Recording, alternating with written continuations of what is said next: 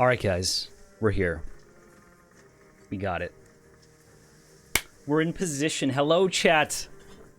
Jake, it's nice to see you here, man. How are you doing? Who else we have? We have Micah in chat. Fantastic. I'm going to pop into Discord, start talking with my people. Are you okay, man? Hello, everyone. Does that not sound envy? Imagine you throw a dragon at me, right? Yeah. And I summon 8 zebras and kill that fucking dragon. Okay. With my 8 zebras. All right, I'm on it. I'm with you. What? I'm just gonna leave now. I'm wondering what the context of the question is. There's so many zebras, you wouldn't know what to do. I mean, You know what? it's 8 zebras, man. Kill my zebras, I'll just summon more. One So many good zebras. one good breath weapon is all we need, guys. And then zebras are kaput. They're donezo. Ah. Broken. Oh, God, I'm on push to talk. I'm sorry. I'm talking to chat, and I'm like, oh, Mason's not responding. I was just saying it takes one good breath weapon, and then zebras are fine. Yeah, but then I make more zebras. That's the thing, man. 8 more zebras. I mean, we all have our delusions, Mason. We all have our delusions. Oh my god. The zebras actually sounds crazier if you got here later. Because it makes more sense to me than it is for you to. Yeah, I'm just yeah. gonna go ahead and drown Revan real quick, and I'll make a shepherd druid, and I'll show you the zebra master. Hey, so I missed last session. What the fuck is going on? Oh, you guys are getting attacked by Pyrian harpies. Welcome, by the way. How come I only show up for the combat sessions? You missed the Kraken. I was here for the Kraken. Oh, you were here for the Kraken? He was, yeah. You were here for the Kraken. I don't know. I guess you really only like... It's because you're a war gamer.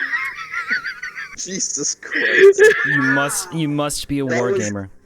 That was one of Envy's players that did that, by the way. Oh, shit! It totally is. No, they're not in the Discord anymore. Yeah, we got rid of them. I don't know what we're talking about. So, Mason, the first game I ever joined of Envy's when this Discord was still getting started, we had someone in our game, 2 people that were like they were recruited together, and they just made the game unbearable. I already know who you're talking about. Yeah, we won't dox him on stream, but yeah, it was pretty bad. It was not fun at all. But afterwards, they messaged me and they're like, "Listen, I understand if you didn't enjoy playing with us because I know you're not I know you're a war gamer." Yeah. I was like, "What?" It's a war gamer. It's people that are very into the mechanical side of D&D, and they do not want role play in their war game. They're kind of elitist. Yeah, you're kind of, you know, on the opposite end of that wargamer spectrum. I'm super into mechanics too, Jake. Like, Jake says that he's very into mechanics. Me too, man. Like, I nerd out about the math. How's everyone sounding? Math? Yeah, how's Andrew and Micah and Mason? Are we all good? Good. My computer's a bit smarter than me right now, though. I wanted to find a clip on Twitch, and I do not have it in me to figure out how to get back to the channel clips. Okay, cool. Thank you. I'm testing my sound, guys. I did a rework on a lot of the streaming stuff, so I'm trying to make sure that it sounds okay for chat. So yeah, I appreciate y'all being patient with that. So let's do our kickoff. First of all, we aren't having Kate today. She told me ahead of time that she would be missing. Any word from Alex, Mason? He's probably asleep. Passed out, huh? Okay, no worries. I know his hours like all screwed up. I woke up early as shit this morning and I saw him up at like 5 a.m. I was like, damn, this dude's been either waking up early with me or he's up all night. I was up till like 8 a.m. So. Me too, but that's because I get out of work at 8 a.m. Yeah, there you go. That's I fair. slept for 20 hours and woke up at midnight, and so at midnight I'll have been up for 24 hours. Yeah, Jake is like, what is morning? I feel you, dude. I feel you. And that sounds like a hell of a schedule too, Micah, honestly. I have no idea what I'm doing with my life. Hey, you know, none of us did. Mason, how was your week, man? Bring us up to speed. How you doing? Pretty good. Nothing new much. I got Rosie joined Thursday game, so Awesome, man. What's he making? What's he playing? I think he's making an artificer. Okay. And did he bring you some homebrew? He sure did, in which I promptly denied and made my own for him. What made it so powerful? Tell me. Get that weak ass shit out of here. Right? It was just, yeah, it was not only too strong, but it just didn't make sense. There was things that was missing, like it would mention something that wasn't even in the class, and I just had to I was like, yeah, we'll just scrap the whole thing and we'll start fresh. Yeah, I feel you. So it's like the opposite of the problem that you brought me originally. Yeah. Yeah, okay. What about you, Edgar? How's the week been for you, man? Realized I'm Pretty missing good. monsters from Getting here. back into the swing of things with work. Last Sunday game was pretty good. Nothing happened because we were all recovering from that goddamn dragon fight. But now during the downtime RP, I'm gonna have my master plan go off to get revenge on Shaden finally. Yes, do it. What else? Oh, yeah, my Wednesday game, just last session, the game I DM, my players were hunted by the Inquisition. This is the game where they are chefs, I will mention. They were hunted by the Inquisition as chefs? Is that what you're telling me? Yes. I mean, please share. I'd love to hear more about that. Okay, so they're adventuring chefs, so they took a side job from an adventurers guild. The guy's like, hey, I want help testing some magical things I have. They did that, and then as they were doing that, a bunch of elementals showed up and were speaking in Primordial, which none of them spoke. One of them did have, comprehend languages, the one where they can understand but not speak the language, Yeah. and was able to figure out, oh, this guy's being arrested, and it sounds like these guys are legit. And so half the party was like, okay, we're just going to let that happen. And then he started saying, no, I'll double the reward. I'll triple it and give you this item. So then half the party was like, oh, shit, I want more reward. Let's fight them. The other half, like, no, we're not going to interfere with the law. And just all sorts of shenanigans. oh, wait, huh? he didn't pay us yet. Yep. Which ended up being like, okay, one of them, the druid was like, okay, I'm going to cover our tracks here, and contacted some satyrs that he was friends with to help him burn down the guy's house, forgetting that they were well within sight of the city. So when the guards came running, like, hey, we saw a bunch of horned people dancing around a fire. Where are the demons? And these guys are chefs. You sure they're not not vigilantes or not like just breaking the law and some crazy ass shit? Just normal. Was regular Norden chefs. there? No, Norden is too busy to be watching them.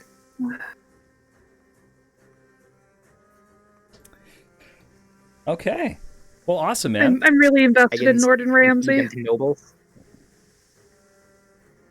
And I'm sorry, you're breaking up on me just a little bit, Edgar. So I'm getting bits and pieces of what you're saying, but I think I get the general gist. Hopefully, chat gets it too, because I think you come through my speakers into their system as well.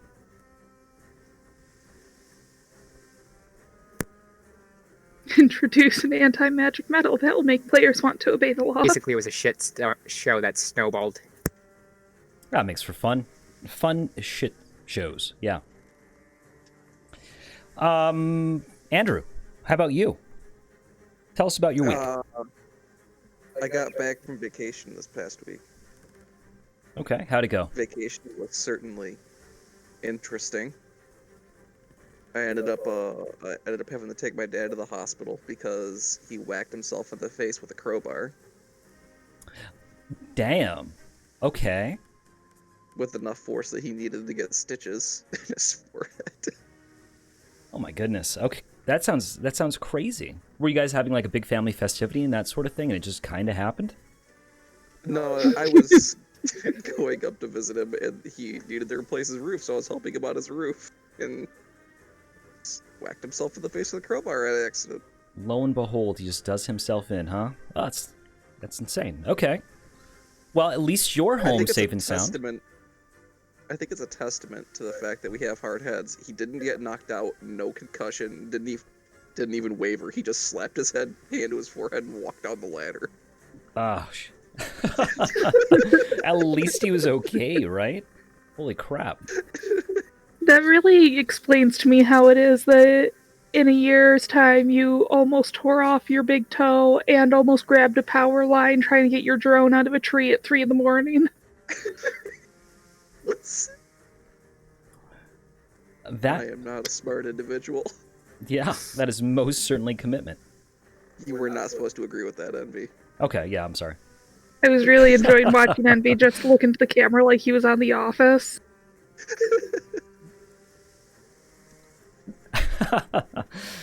And last but not least, Micah, how are you doing? Good. One of the litters of rats has their eyes open now, and Mom can't get away from them, and she hates it. So they're getting older.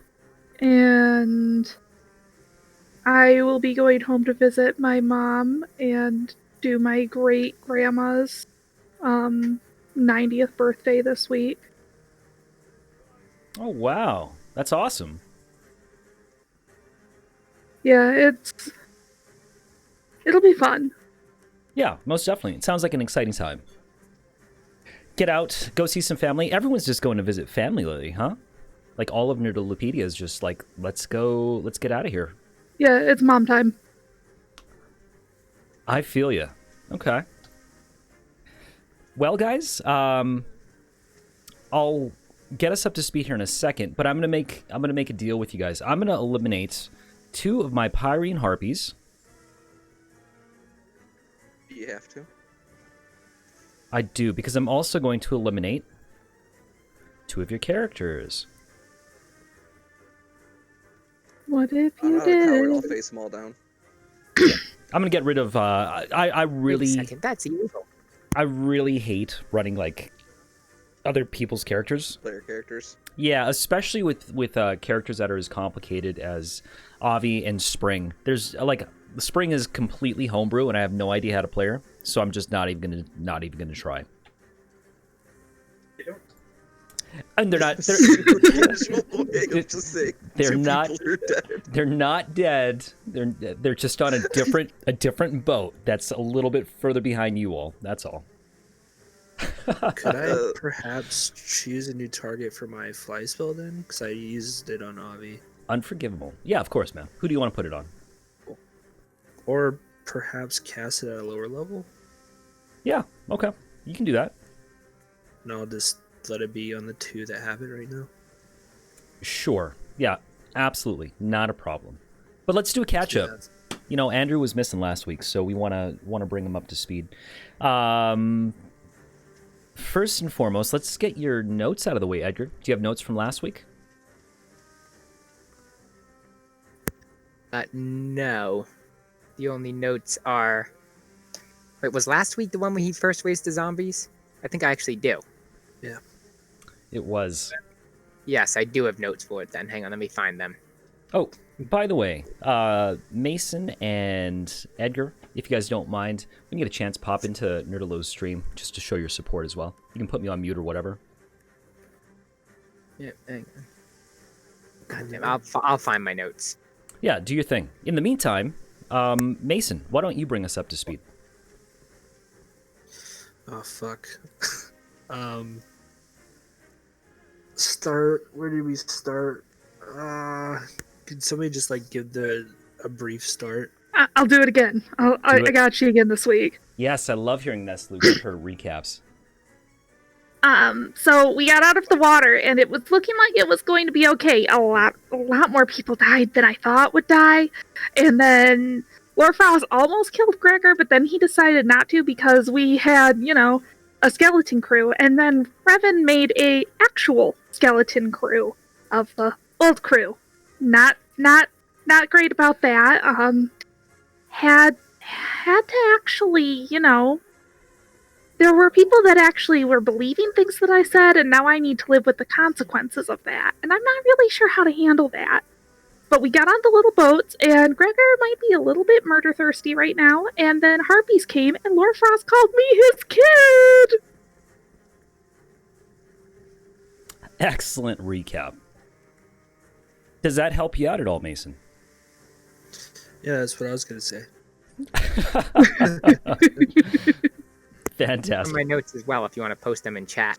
Yeah, go ahead and hook me up, and then I'll throw them up in Discord chat. Oh, they're in the thing.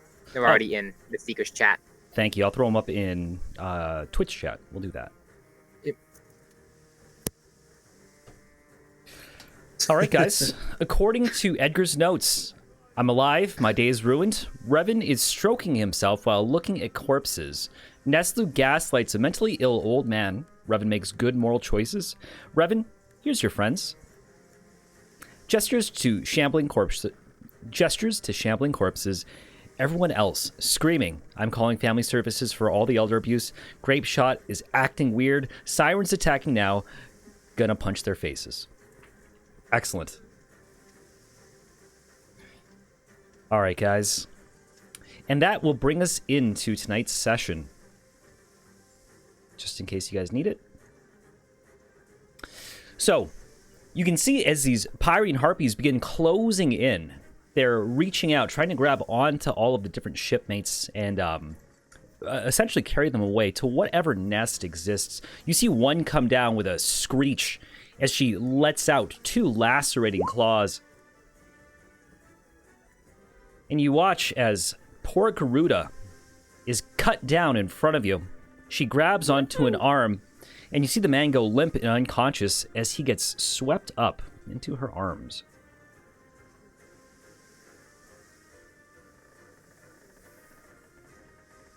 And I'll find the right one here. Move to front. Okay.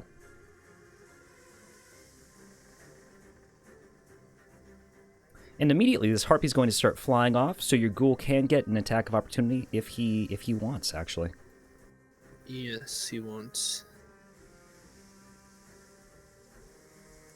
And that does indeed strike as he lets out a boom, pummeling blow right against the side of this harpy. She lets out another shriek, but Garuda's unconscious figure is now getting carried away. It needs to make a DC 10 con save. Absolutely does. Let's get that Constitution check for our good friend Mason here. Ugh. Manages to succeed. And make sure that we deduct the appropriate hit points. 11 to the harpy. Okay, not 111, 11. Next, that's going to take us to Fist. Fist is dead. So we'll just get Fist out of there. Nestle, you're standing in between your father figure, Lorfrost, who has descended down into the boat. And this Pyrian harpy is squawking. You're acting as the sole barrier between him and effectively, this bird-like woman. Lorfrost has stumbled back. Oh god, Nestle, you have to kill it fast. And the harpy is going to reach out for you.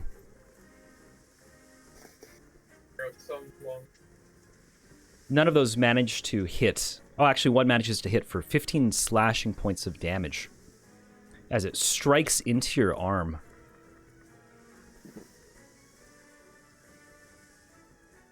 Sorry, I'm just seeing if I have one of those dumb rogue things or if that's just for AoEs, and I think at this point it's just for AoEs.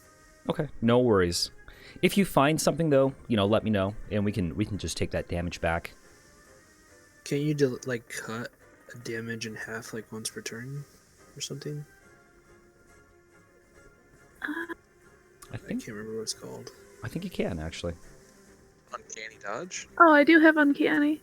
Yeah, if you would like Yeah. to, you can use your... When an attacker that you can see hits you with an attack, you can use your reaction to have the attack's damage against you.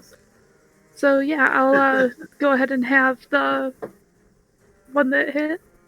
Okay, no problem. That would be halved down to 7 points of damage. Poggers. And Yay! you watch as your zombie suddenly gets picked up in these two claws by this Pyrian harpy. Both of them striking into the creature's body. Go ahead and make the con check to see if the zombie survives the attack. Boop. Okay. And I believe it does in this case. How much damage is it taking? It'll reduce the zombie down to 1 because it'll take 11 slashing and then 10 slashing. So a total of 21. Oh yeah, because of its thing. Yeah. Yeah, it has undead fortitude, I believe. Yeah. And this zombie is going to begin carrying your dude off as well, as he flies out. Salty, you're flying in midair, and you're watching as these harpies are now lifting away crew members. What would you like to do? I'm less concerned about the zombie, than I am about my good pal Garuda over here. Yeah, the man seems to be unconscious, but he's still alive in the harpy's claws. He is my best friend. I've known him for so long, ever since the volcano. He's traveled with you for years and years and years, and you my can God. remember even at one point, him and Neslu had a bit of a romance, at least for a moment. Oh goddamn! What's the fucking? What is it? Step of the? Which one's the step of the wind? The one with disengage. Right. And just like flurry of blows. Patient. Spend 1 key point to disengage as a bonus action. Awesome. I will use 1 key point to disengage. No, wait, no, hang on. I have a better idea. I think I have a special ability for this. Which one? I may not have this yet. The one takes this way. No, I don't think I have this ability yet, where I get disengaged when I use flurry of blows. I think that's the higher level drunken monk technique. No way. Okay. Yes, I can actually. Yeah, hang on. Yes, I can do both. All right, fantastic. Link them up. Sorry. Yeah, no worries. So, just had to look through my ability real quick. So yeah, so Twist and turn quickly. Whenever you use flurry of blows, you can gain the benefit of the disengage action. Fantastic. Yeah, that works. So I'm going to attack and use flurry of blows. I assume that misses. No, that hits. Oh, awesome. That hits as well. So I'm just punching the shit out of this one real quick. What is that? That is 12, and then another 6, so we're looking at 18. And then I'm flying over to this one and punching it in the face as well, or trying to. Okay, yeah, fantastic hit. And another 10. You let out a series of blows, just boom, boom, and you see tufts of feathers begin to explode from the creature. As you move from one area to the next, you move very, very quickly, flying past all the rest and running right into this one that's sailing away with Garuda. Anything else for your turn, Old Salty? That is it for now. I will save my dear friend and Nestlu's former lover. Nestlu's former lover is in the arms of the Pyrian harpy, unconscious.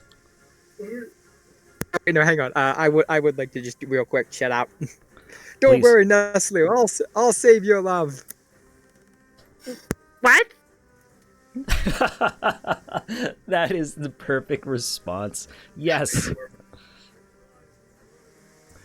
Lord Frost draws a dagger.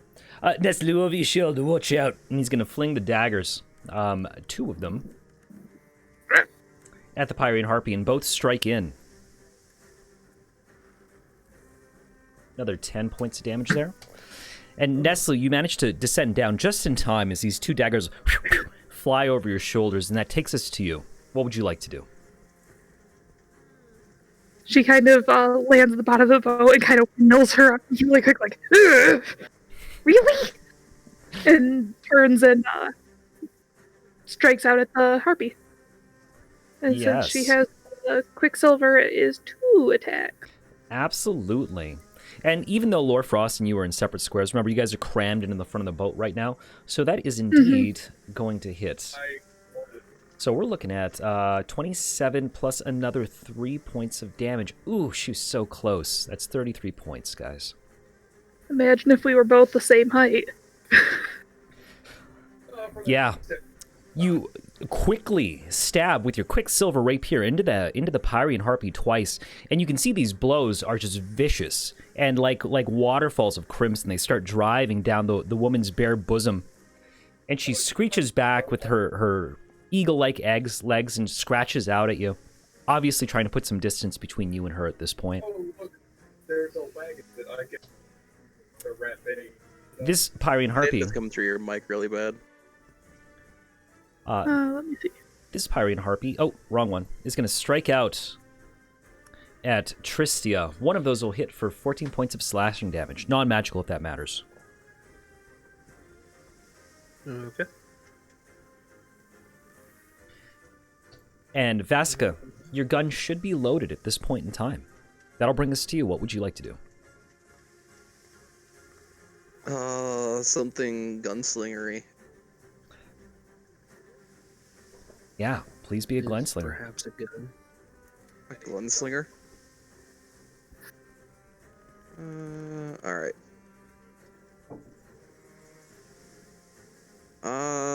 First of all, here.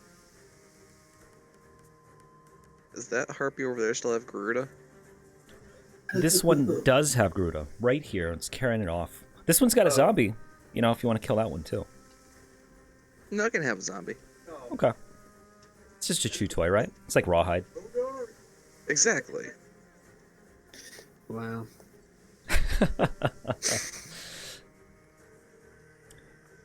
I mean, is it racist if they're undead? Is it? They're still our friends.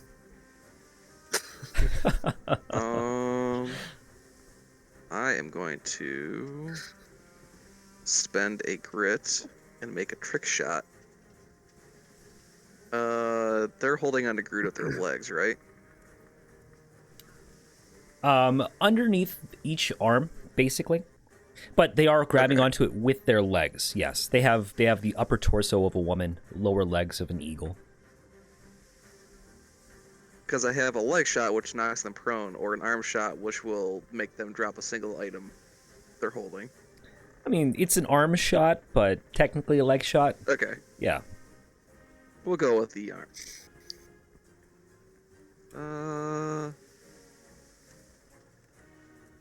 That will hit. And you know what? We'll go ahead and re-roll that damage die. Please do. Thank you, Piercer. Ah, I love the Piercer feat. It's an So additional that'll be 5 18 points. damage instead of...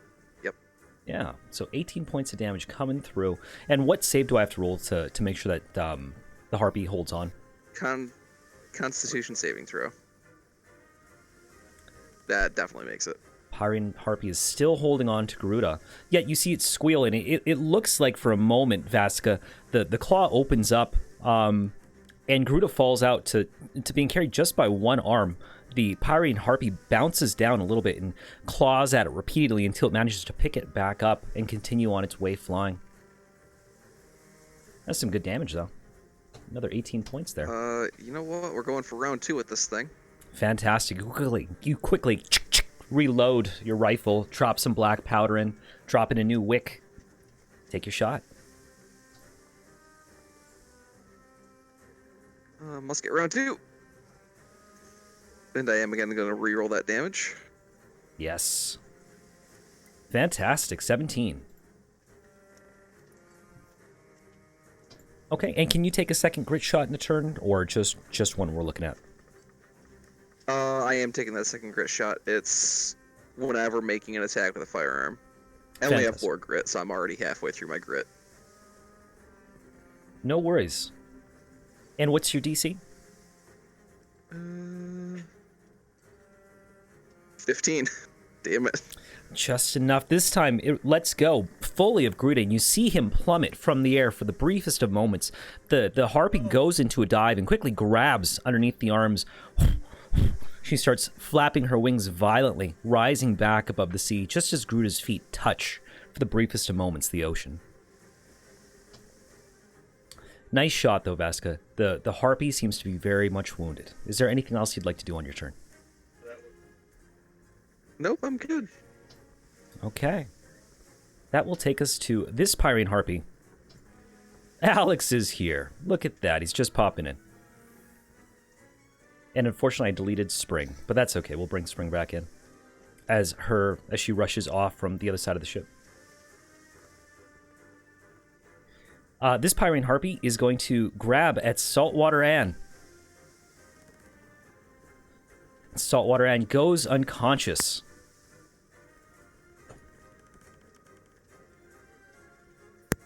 Oh, that's Revan's daughter. What? To the front. And then you watch... Oh, I moved the boat. Let's put that back. You watch as this harpy goes sailing off, flying away, with Mordecai's former love, Saltwater Ann, as it sails off to some distant location. No. And Revan's daughter. Sure. Gregor, who has just come out of his stupor, looks around. Oh, dear God, they're taking all my crew. They're taking all my crew. And he actually runs off towards the edge of the ship. He doesn't have his pistol on him for whatever reason. So he's going to throw out 2 daggers at this one who's running off with Anne. And he does manage to land one of those strikes. Does he? 1, 2, 3, 4. Yeah, we'll give it to him. He's close enough. -7.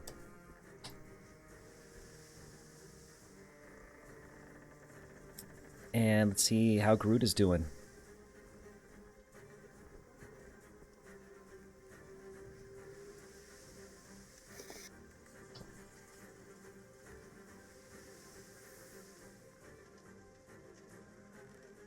Okay.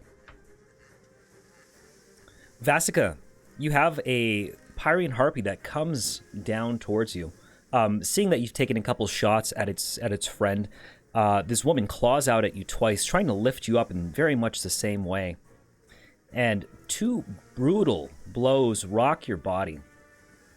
You'll be taking... Question. Yes, go ahead. Did we heal since the Kraken fight? You did heal fully, so feel free to bring yourself back up. And then take all that damage. And then take all the damage. Yes. 23, 33? 33 points of damage. And if you don't Ow. mind, make either an acrobatics or an athletics check for me, please. And you all watch as poor Vasica... Hold on, 1 second. Let me move you to the front.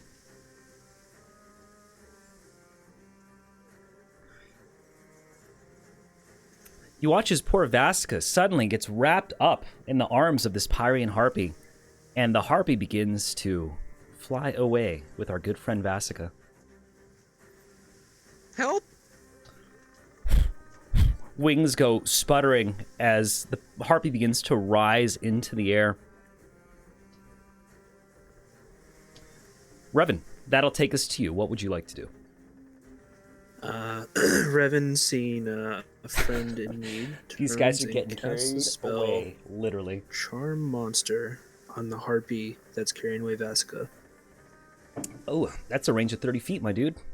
That is a 30-foot range, I believe, and you are outside of this. If I move up, does that help? No. You're just outside of range. You can do a Fuck. different action. Go for it. Hold on. She's flying technically, right? There we go. Yeah, okay. that work? Yeah, you can get in there. Absolutely. Cool. And what kind of save do I have to make? Wisdom? A wisdom saving throw DC 17.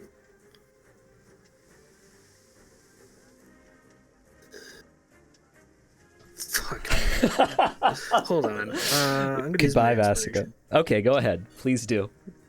So she needs to roll again. She does need to roll again. Thank you. Okay. I'm sorry, I got too excited at the idea that this harpy was carrying away one of my players. I was like, yes! Yes, it's what I've always wanted. Okay, so what are you going to... What are you going to command the harpy to do in this case? So I run up to the end of the boat and reach out my hand and say, bring her back. I need her. Okay. All right. And that was my movement action. Yeah. Still need to use Tristia. Okay. And you can use your bonus action to command your undead, I believe, as well, right? Yeah. I don't want them to do something stupid and follow the boat. And the last order I gave was just to hold still and attack them as they come near. I'll just keep with that order. So they won't do anything. However, Tristia's going to continue to fight the one in front of her. Okay. Fantastic. Go ahead and give me some rolls for Tristia. Oh, nice hit. God damn, she's a crit machine. She's like, how many crits is that for Tristia? She's really good, That's like 7, I think. dude. So what do we have? We have 16. Oh no, Oh, and she needs to make fire rolls. Yep. 2d6. Is that an extra 1d6 for the crit? It is. Yeah. And she's wielding it two-handed, correct? Yes. Okay, so we're looking at 10. Sorry, I'm just calculating this all out. 10, 13, and then another 9, another 6. 10, 13, 9, 22, and 28.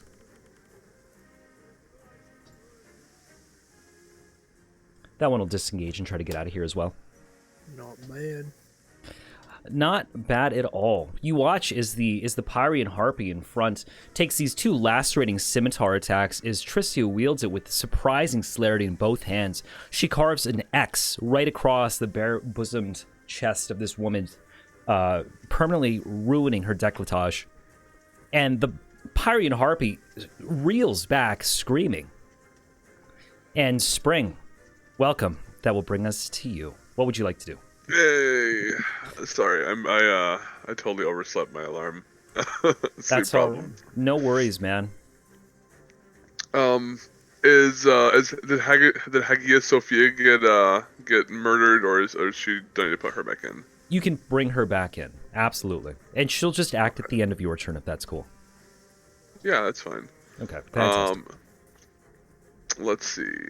Spring is not happy that they're taking away her saltwater Anne, so she's gonna get a little pixie angry, and I'm gonna look at my spell list to see what the fuck I have.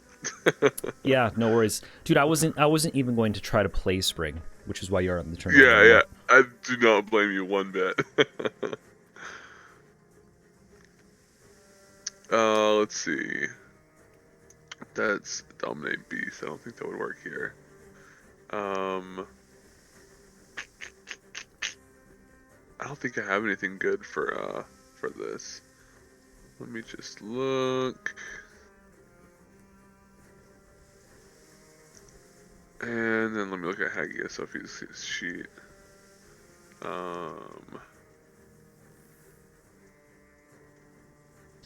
Right? I thought the same thing too, Jake. As soon as I saw Hagia 30-foot Sophia, cube within range. I was like, "Fuck yes!" Okay. Such a cool name. Alex is very Right creative with his character, there. so super duper Sorry, creative. it's taking me just a That's second. why he's playing, a sprite. The problem with that though, I think it's like he always works with like kombucha. Spring is gonna cast Fairy Fire. 20 foot. Could be. Yeah. There's actually a way to get it on all these, isn't there? Yeah, is it everyone within a point of 20 feet, or is it a 20-foot cube?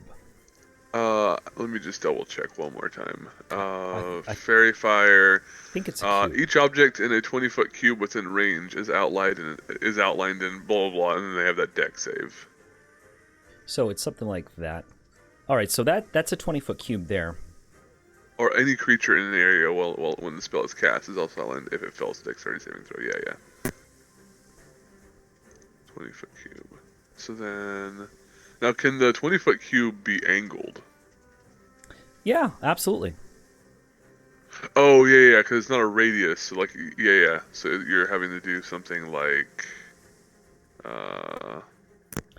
so that would be like 20, and then that would be 20, and then this would be 20. Oh, I feel like that last leg's not going to be long enough. So it would be like something like that. I feel like somewhere between these two is where it should be lining up. There are so many things. Yeah, God, I can't fucking draw anything with this shit. So This is like that guy with the board behind him going, "It all makes sense." oh, that is actually pretty big. Yeah, okay. You should be able to get everything, dude. That's like 20 right there, and that's 15. So like that, yeah. And Oh, that's a 20, radius of and 20 then feet, though. I'm doing it all wrong. 20. Oh, I think I might not be able to get her if I do an actual square. Yeah, you won't be able to get this one here, but you can get all the rest, and Tristia as well. I think you can get Tristia too, right? That'd be tight. Fuck you.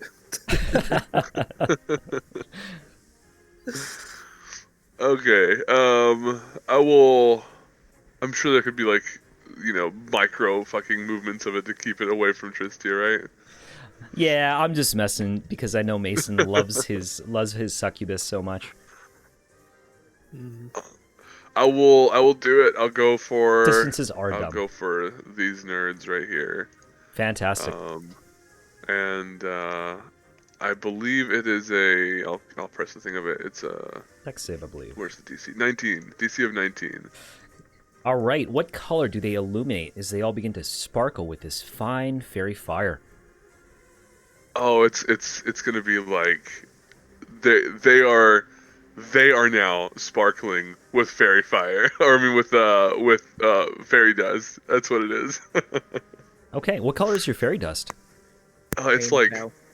no, it's like little yellowish white, like kind of little magical sparkles. Yeah, like a pixie sneeze. The saltwater carries this dust as it drenches all across the feathers, adding these glimmering highlights up and down the different auburn tones of the lower half of the Pyrian harpies, and they begin to illuminate and shine like beacons, casting harsh reflections off the ocean's water. All right. Nice. Anything for your bonus action, Spring, or movement? I don't believe I have anything for that, but I do have something for Hagia Sophia, and she's gonna cast Hypnotic Patterns.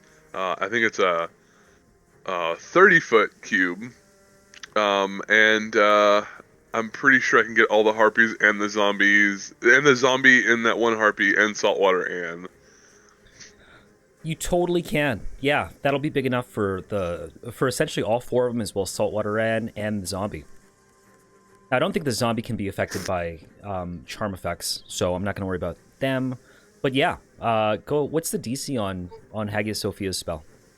Hagia Sophia.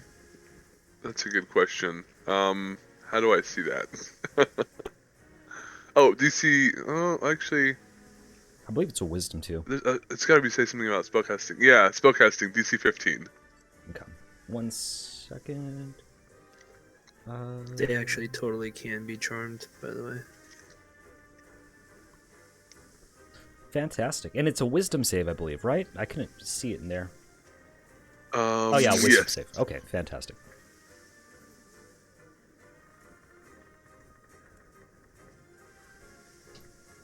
Okay. Oh, you got it. Okay. And it looks like 2 of the Pyrian Harpies will succeed. And the way I typically calculate these is from left to right. So this one will be charmed. I'm sorry. This one is not charmed. This one is charmed. So the one that you're intending on. This one is not charmed. This one is charmed.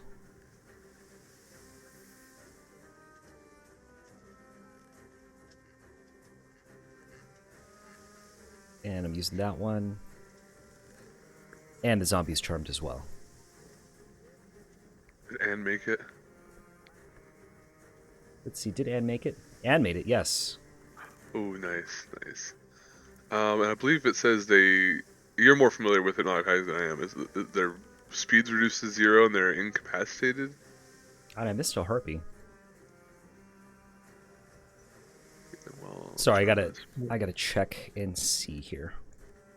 Yeah, that one's not charmed. Okay. Yeah, for Hypnotic Pattern, their speed is reduced to 0 and they're incapacitated. Now, Hagia Sophia does have to concentrate on that spell as well. Yeah, and for her movement, she's gonna move somewhere where it's a little safer to be concentrating on that. So let's see, Q. You know what? There's not super safe spots, but you know what? She's gonna move over here, nevertheless. Fantastic. And is Fairy Fire concentration as well? I believe it is, right? I believe so. Yeah. Mark Oh, that. actually, I can't cast Fairy Fire because I'm concentrating on Conjure Fey. So just end my turn, and they're not Fairy Fired. That's fine. Okay, don't forget to restore your spell slot back too. Yeah, I need to actually take away the spell slot for the Hagia Sophia casting Hypnotic Pattern. Well, it's 3 times a day. I've used Sleep once and Hypnotic Pattern once. Okay, I am good. Fantastic. So you watch as this sudden blast from Hagia Sophia, just a quick sparkle, a glimmer in the sky, ruptures out from nowhere. Just a flashlight.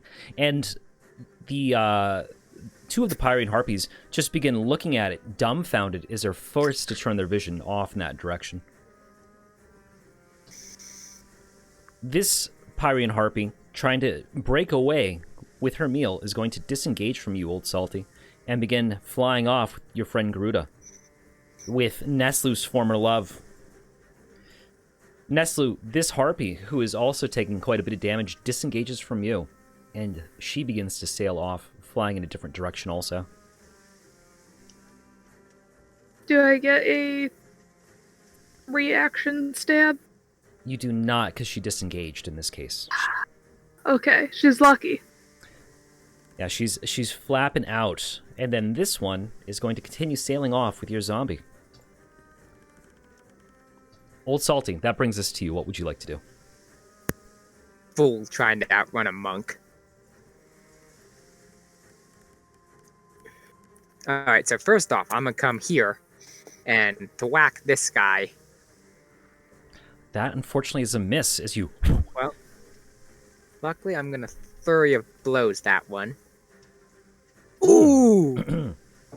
Very nice. Getting those crits. Oh, That means it's no longer charmed, right? That means that it is no longer charmed, yes. Oh wait, I didn't realize that one was one of the charmed ones. Damn. That's all right. That's all right. You're engaged with it right now, and... I was actually about to go get this one. Get this one, actually. I'm just going to use that disengage thing when I get for using Flurry of Blows. Okay, fantastic. Go and give me another attack, please. That is a total of 9 points of damage here. That's a hit also. Almost. How's this one looking? That one is looking pretty badly beaten up. You can see that it's taken a couple of shots in the legs from Vasica previously. And it's barely holding on to Kruda's body. But at this point, it's trying to flap its wings, do these aerial maneuvers, spiral around in the air, and just break free from this monk that is now flying after it.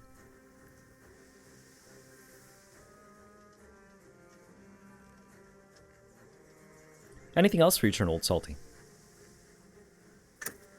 Nope, that is my entire turn. Okay. Lorfrost is going to rush over and grab one of the oars and begin to row the boat forward.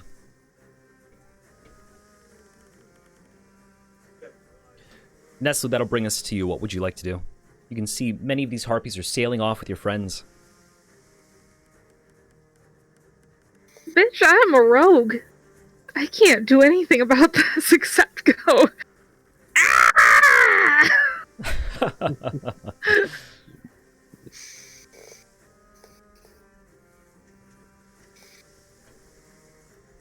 What are you thinking? You gonna hold an action, grab an oar, Yeah, row the I'll boat? probably throw on with whatever I can do to try to keep up so that we don't lose the people that can actually do something about it. Sure. If you want. I don't think my ball bearings or my Wookanut are going to do a lot for me here. Probably not in the given circumstances.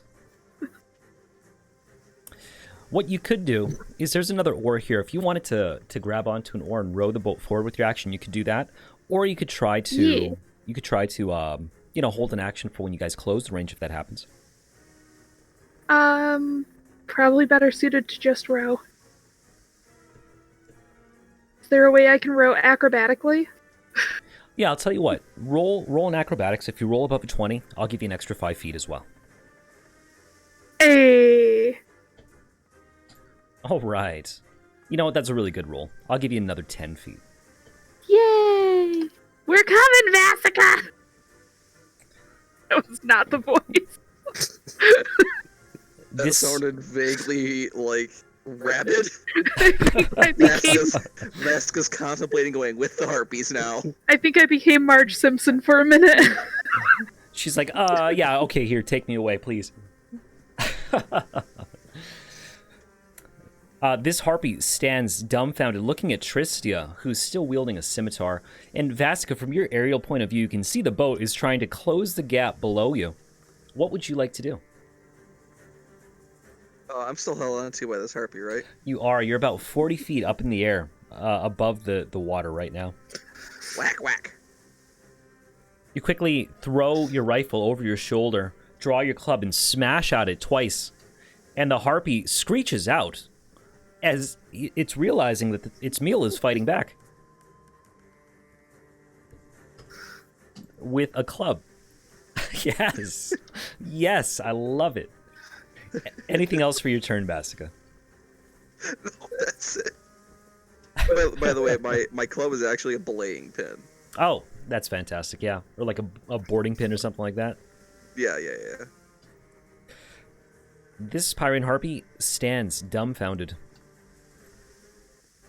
Gregor is going to rotate the ship and sail it up in this direction.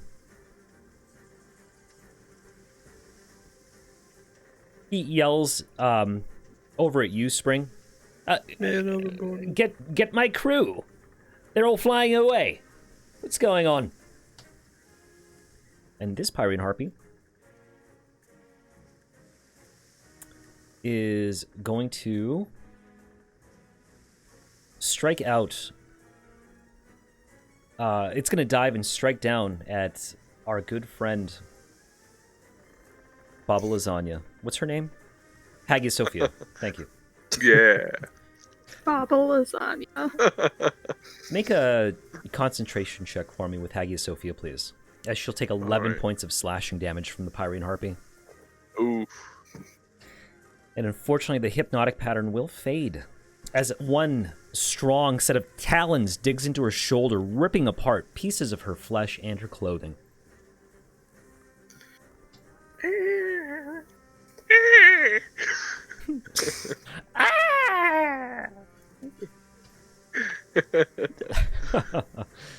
Let's see how Garuda's doing, guys.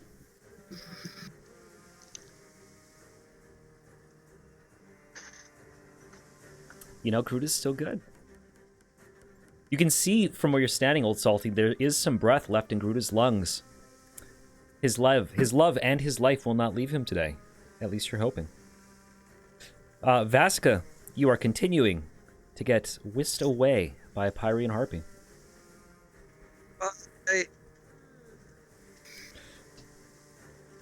And actually, the Pyrian harpy is also going to take the dash action as it moves out in this direction. Yeah, I'm gone. Bye, guys.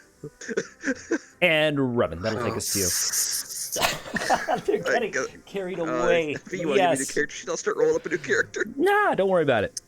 I got this. Hold on. I'm a wizard. Have faith. I love it. I love it. I love it. Like, I made these custom monsters for this very purpose, so that they could take people away. Because that shit's terrifying. And it's fun. Hold on. I want to make the right move to try to save you. Alright, sorry about this for people who are flying, but I'm going to cast Polymorph on myself. Exactly. Can swim. So y'all are not flying anymore. That includes Tristia. And I'm going to turn myself into a giant eagle. Alright, giant eagle. Which I should have dropped in here for you somewhere. Yeah, I'll get you an open sheet there. 1 second, I'm just making sure that everyone who's flying descends like a box of rocks right quick, because that shit's fun. Oh, you already got it. Okay. Thank you, Edgar. Got what? Oh, he removed the flying token. Oh, yeah. Let me open this up for me. Proactive. Could I have Tristia make like some kind of reaction to grab the harpy as she falls? No, unfortunately not. Well, you know what? Rule of cool. Yeah, why the hell not? Go ahead and give me an attack roll with her strength, because it's technically a grapple. That's the way that we'll run it. So just a strength check? Or... Yeah, just a strength check. Okay. 17. Alright, and let me move the giant eagle up to your folder, Mason. 1 second here. We got... Alright, Revan. You have a giant eagle at the top of your folder now. Kerplooey. And let's see. I'll move myself somewhere, just down here, I guess. So you watch Tristia as she begins to fall and plummet, concentration being lost on the spell. She grabs quickly onto a Pyrian harpy's claw, the talon, and she's hanging on to this Pyrian harpy, and you see it bob in the air very, very briefly, for the briefest of moments, as it seems like it's going to drop, before the bird-like wings of the harpy just begin to cause her to ascend again. Tristia is now being carried away by a Pyrian harpy. Okay. So with my movement... Howdy. Oh. Okay. I'm lagging now, all of a sudden. Okay, there we go. And I don't have an action, but I am there. And I'm going to save you, I think. And then what can Tristia... She can still make attacks, right? Tristia can still make attacks. She can't make two-handed attacks, but she can make one-handed attacks, because she's being clutched in the arms of the Pyrian harpy. That's fair. Right?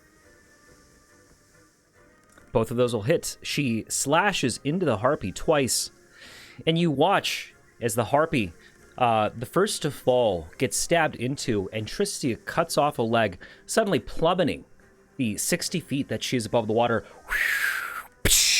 down into the water as this Pyrian harpy dies.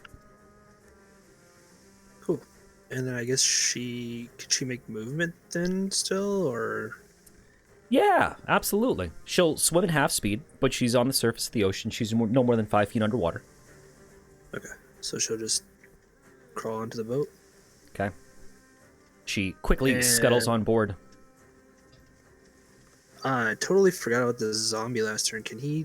Oh wait, no, he is charmed. Never mind. Well, no, he is not charmed, because Hagia Sophia lost her charm as well. Gotcha. So can he can make an attack then, right? He absolutely can, yeah. And he strikes into the Pyrian Harpy for another 11 points of bludgeoning damage. Cool. And that's my turn. Fantastic. Spring, that'll bring us to you. What would you like to do? Let's see.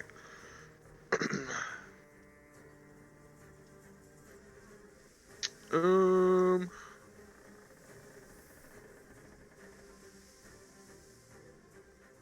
going to look at my spells again. I'm gonna cast.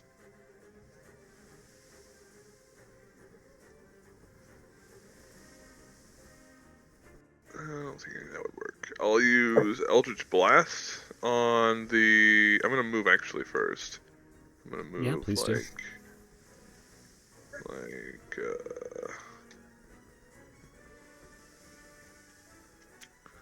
Move like here, and then I'm gonna Eldritch Blast the one that's carrying Saltwater Ann. Fantastic. And then Spring has a long way to go on that. It has 3 blasts at 11 level. I don't know why. I never can remember that shit. Yep. Yes, you got it. But Spring does some crazy, insane damage. 2 of those will hit. Oh, nice. So there and there. 11, 14. And I think I have... 25. You know what? I could have totally done that a lot better. Because I just remembered I had fucking the Repelling Blast. Which is thankfully can push, so I'm not going to push. Perfect. If I would have moved around, that wouldn't matter. We would have just been smacked into the boat or something.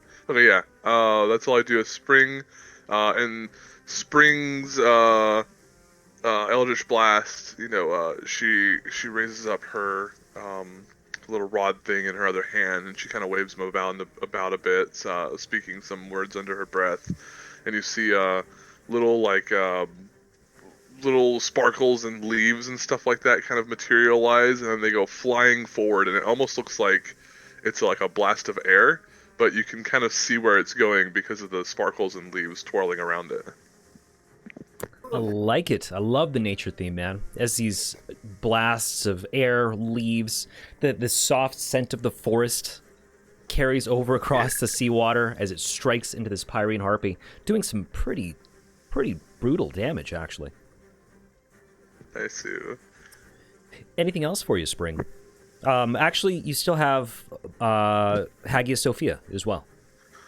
Yeah, let's see. Hagia Sophia is going to come over here, and although I've used it before, and I don't know if if they have immunity or if I just didn't get a good enough roll, she is going to try using Sleep one more time. This time, if it's possible, centering it some way to where it's like, you know, just on that one harpy, you know. Yeah, you can cast it like out here or something. Yeah, so I'll do that, and you know what? If it's out there, let me see if you can get this guy in.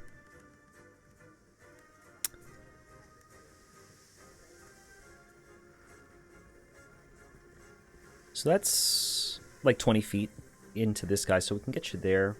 No, it's just outside of range, unfortunately. But you can get this one if you wanted to.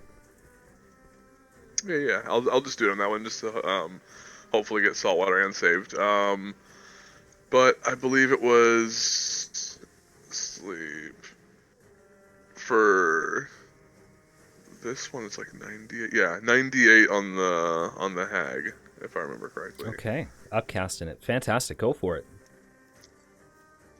She had like a feature or something that said when she casts Sleep, it uses 98 instead of the 5d8, so I think it just automatically upcasts. Oh, awesome. Okay. Slash gotta get roll 47. 9d8. Kind of tough, but they might be able to do it. Oh, so close. Damn. There we go. Unfortunately, the Pyrian Harpy does not fall asleep. No. All right, and that's it for Hagia Sophia and Spring's turn. Okay. This Pyrian Harpy realizing that it is well beyond its element, is going to suddenly let go of Garuda. And you watch as he begins to plummet into the ocean unconscious, Old Salty. He tumbles down, splashes, breaks through the waves, and you can see his unconscious form float for a brief moment before the heavy weight of his clothing starts to drag him below the seas. The Pyrian Harpy is going to disengage and move another 40 feet. News is I'm in the water too. Oh, you are in the water. Well, fuck that. He's not going to disengage. He's going to carry Garuda off. We're going up this way as he sails away with Garuda because you were no longer a threat. I forgot that you weren't flying. Okay. Thank you for being honest, Edgar. I'm sorry that that did not go in your favor. It's okay. I can run on water. Oh no. This Pyrian Harpy is going to make it off the map. And Chad, I'm going to move him up here because the life totals do matter. Because we don't yet know what's going to happen to Vasica. This Pyrian Harpy begins to sail off further with the zombie. And she'll make it off map as well. Old Salty, that'll bring us to you. What would you like to do? I got something in my eye. It's driving me absolutely nuts. Well, now this time I actually am going to use Step of the Wind. So it's one key point to take the dash action as a bonus action. So 45.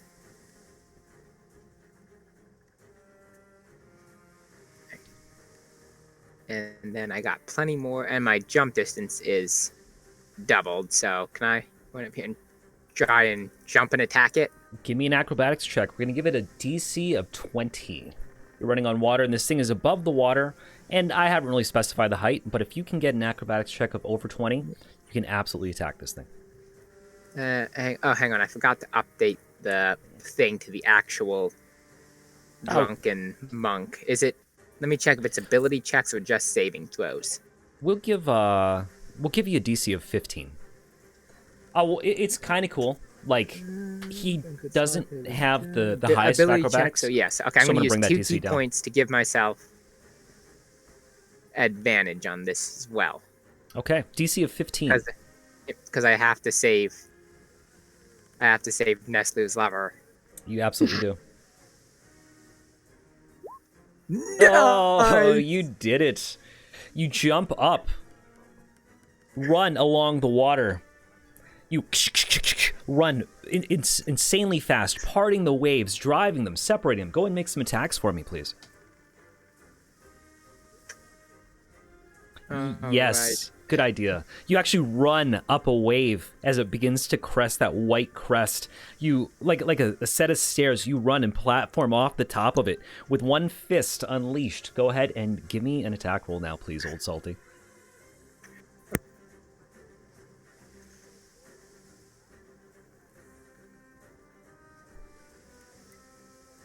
He hits. And some damage, if you don't mind. All he needs is a 5.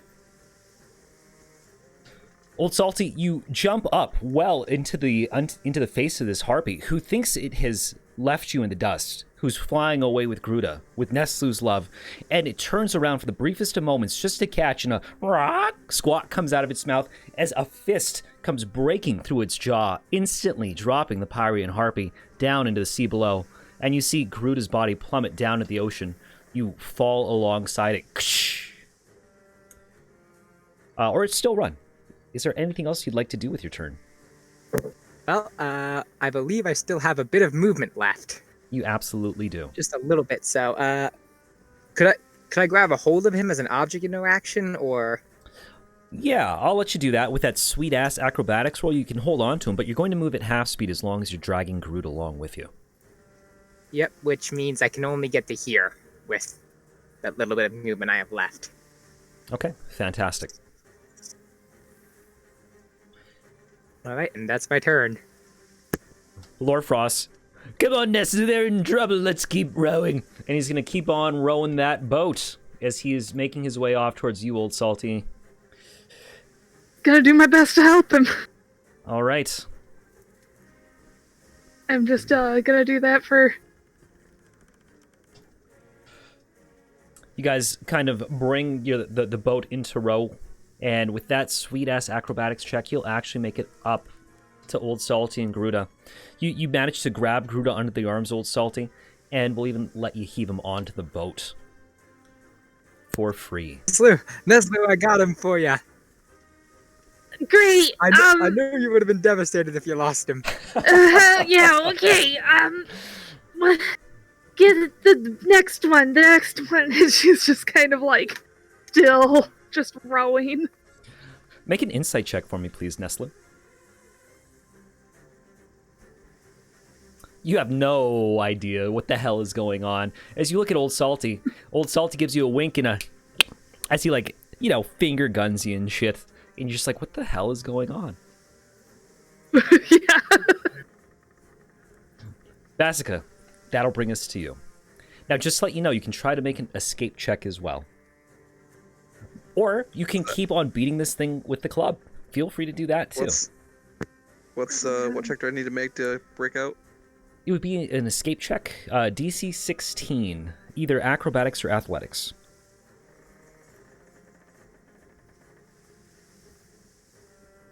Guys, my harpies haven't taken anyone away, and we just lost Vasica. Ah. Okay, Vasica, you plummet down into the ocean as you wriggle free, just pushing yourself out from the Pyrian harpy's claws. You splash down below. You still have movement as well, if you'd like. Yeah, try swimming towards the boats. Okay, feel absolutely free. Movement speed. I can move 2 spaces. Fantastic. This Pyrian harpy begins to dash off with our good friend Saltwater Ann. And you see, as she exits the map, she'll still be within range in this case, and we'll get you a couple more attacks as well, Spring.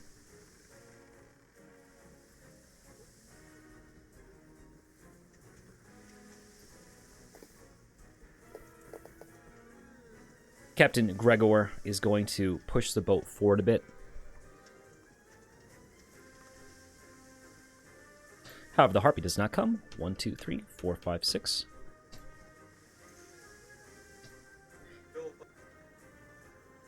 This Pyrian harpy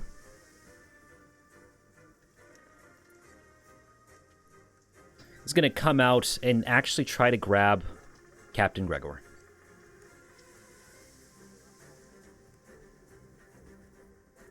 One strike hits, and the captain takes a pretty devastating blow.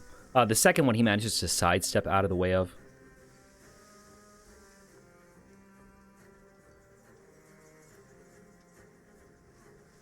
Let's see how Gruda's doing. All right, Gruda's stable. You can see that Gruda is still indeed breathing. His chest seems to rise and fall regularly. And I got to mark down more hit points for Captain Gregor. I got to update that dude's token still too. -12. Okay.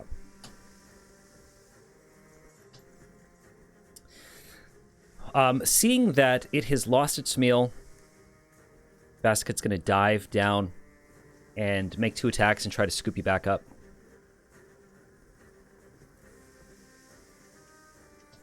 The water splashes against it once. It does manage to claw into your back for another 11 points of slashing damage, but the second claw doesn't land, preventing it from picking you up once again. Revan, you're in eagle form right now, so I'll move you back here. What would you like to do? I'm going to pick up Vesca. Okay. If she allows me. Yeah, Vasica, you see the giant eagle soar down and kind of land in the water. It's hovering above the waves, flapping its wings. You can use your reaction if you'd like to hop on the back of this thing.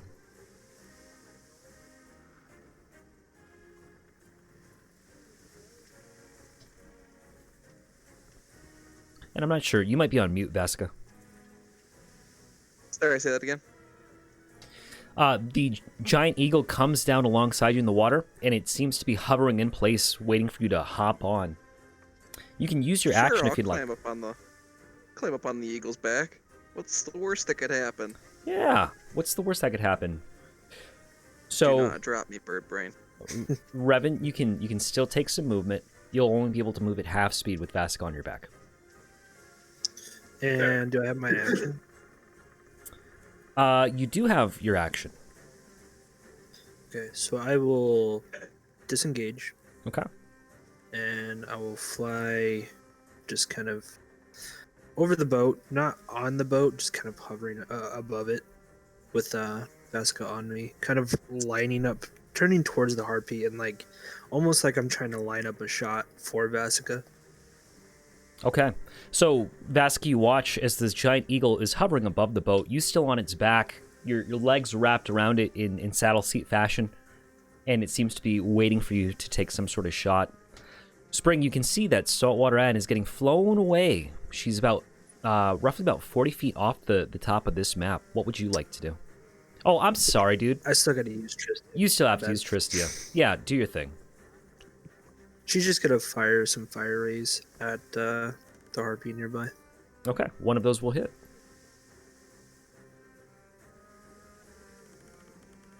That's it. And that'll bring us to you, Spring. Okay, let's see. And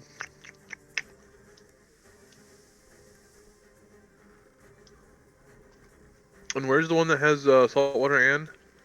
It's about 40 feet above this map. So you're still within range. I believe the harpy is right around... Yeah, about 70 feet away from you right now. Okay. I'll do some Eldritch Blasts. Give me some blasts, please. Alright, we got one. Oh, that's not the right one. We got 1, 2, 3. Spring does a lot of damage, so that might actually kill the harpy. Okay, yeah, go ahead and give me 3 blasts, please. All damage. They all hit. Oh, nice. Oh. Yeah, those are some tough rolls. But, 12, 21. Okay, yeah, some more blast. Go into the harpy. And that faint scent of the forest is carried along the waves as well. Yet, however, lives. And you see it bob in the air for a second, but continues its flight, taking Saltwater Ann away with it. Would Hagia Sophia be able to do something before it takes off? Yeah, the harpy is, if it's roughly about 70 feet away from you, because this is all kind of cinematic, it's not all happening at the same time. Hagia Sophia is about 105 feet away from it. So if she has a spell that she can get in range, or I'm sorry, about 95 feet away from it. Is there any way she could reposition on the boat to be within 90?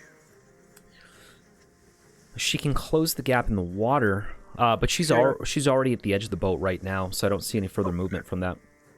Okay, yeah, she'll kind of hop in the water, maybe like over here, and she will try to use one final sleep on the one. Actually, no, you know what? She's got her own shit going on. She's gonna do. She has multi-attack where she can make 2 nightmare touches. She's gonna do that against the one that's right beside her. Okay, go and give me some attacks, please. Both of those, unfortunately, will miss as she reaches out for both these nightmare attacks. She just can't seem to land a blow. Those are some tough rolls for Alex, All right, guys. and that is turn. Actually, I'm gonna move. Because you said the one carrying Anne's about to be gone, right? Yeah, I mean, you can try to close the gap. Do you have Eldritch Spear? I think is what it's called, where it's the 300-foot range. No. I'm just gonna, if they're like, I guess how fast does the harpy move? Is it something I'd be able to keep up with? I don't believe so. The harpy can move 40 feet around. Yeah, no, they'll be losing me. I'm gonna head back over here. Okay. Actually, like here. And then it's turn. Make a perception check for me, guys. Everyone that's in a boat. So Neslu. Yeah, yeah, we'll say Neslu, Vasica. You can make the check as well. Spring, go ahead and make it too.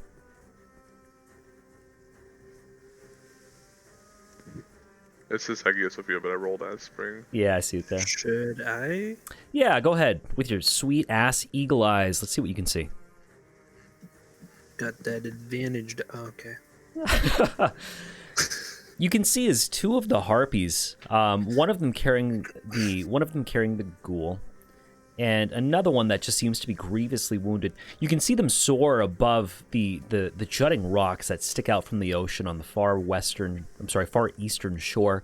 They seem to rise up around these rocks and begin circling up, moving towards what appears to be a small cave on top of a mountaintop. You see them drop the body of the ghoul, or the zombie, a bit low onto some ledge, and then make their way off into the inside of the cave. We'll get them off turn order. Old Salty, you've shoved Garuda's body into this boat, and Lorefrost holds a hand out to you. You coming up, Old Salty? Staying in the water this whole time.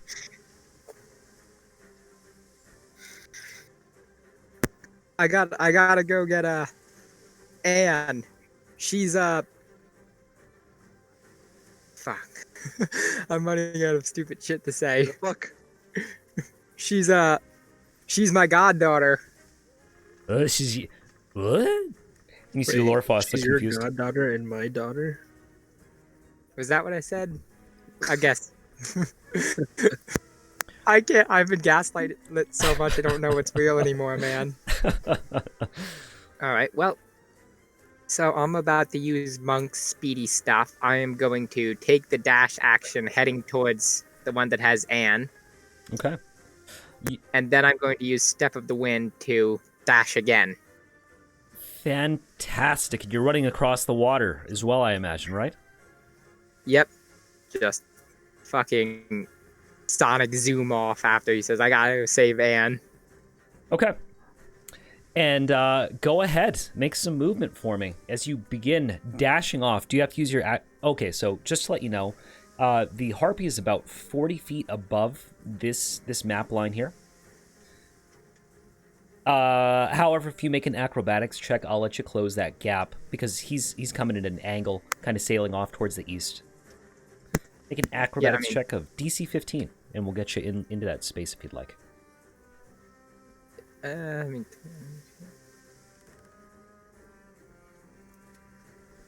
Oh, you're doing Step in the Wind also, right?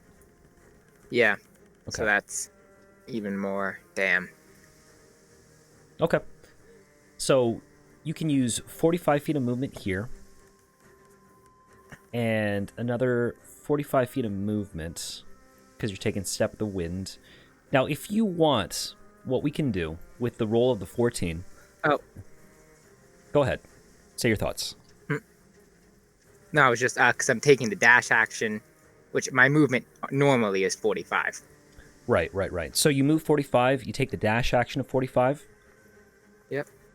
And then I use Step of the Wind to add another 45. Because I can do that as a bonus act. I can then dash as a bonus action if I do that. I see. Okay. And you're trying to close the gap and get on the... You know, if you want, man, we can say with that level of movement, you can jump on the Pyrian Harpy's back if you want to try that. Yeah, I'll do that. Okay. You just got to make an attack roll for me because it's effectively a grapple. It's the same that Tristia just did. So, yeah. Give that a shot. Sure.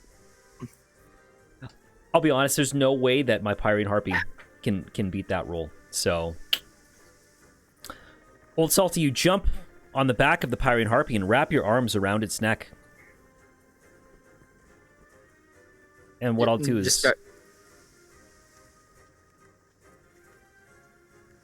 Basically just going to start, I know I can't actually make an attack roll yet, but, basically just start punching. Let go of my goddaughter!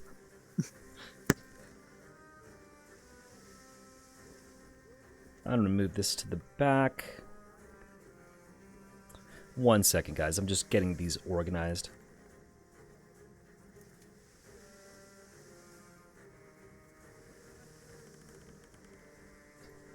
Okay, and you are about 40 feet above this line right now.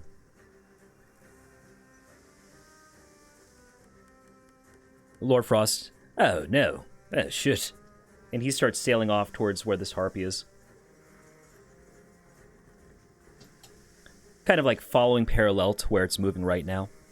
Neslu, you see a harpy here that is apparently trying to fly away at this point. You see that Old Salty has dashed across the water, jumped over these cresting white waves, and has wrapped his arms around this Pyrian harpy's neck as he's punching into the back of her. Let's get that on there. That's a crazy old man right there.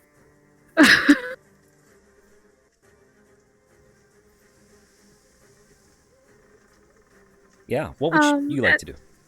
At this point, are we still rowing or did we stop? Lord Frost has continued to row, and he's moved the boat off again to try to get closer to the shoals. Not the shoals, but the stones where the Pyrian harpy has dropped the zombie. And some of them have gone up into their cave. Okay, I will continue Baywatch. 1, 2. Not as well this time. You continue rowing, and you guys are starting to get closer and closer to the shore. From where you're standing right now, as you push against the oars, Neslu, you can see that there's a hole inside the cave, kind of lower to the floor, now that you come around, which has been identified as the Cave of Shady Shoals. Yet above it, on a rock ledge, there seems to be a Pyrian harpy nest, a second cave, above this entrance.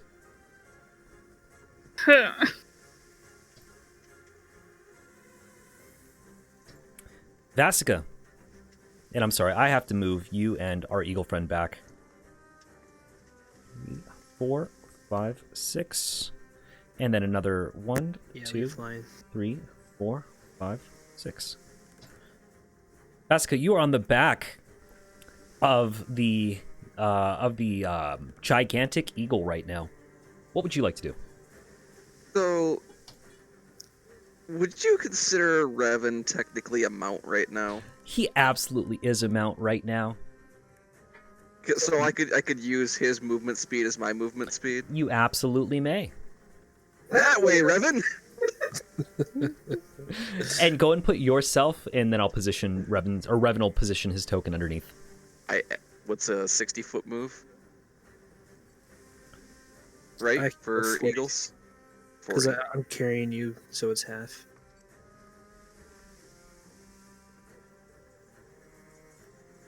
Up there? Yeah, thank you.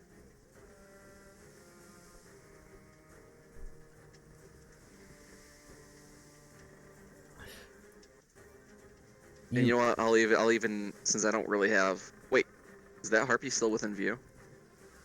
Yeah, this one's in view. This is the one that was trying to steal you, Vasica.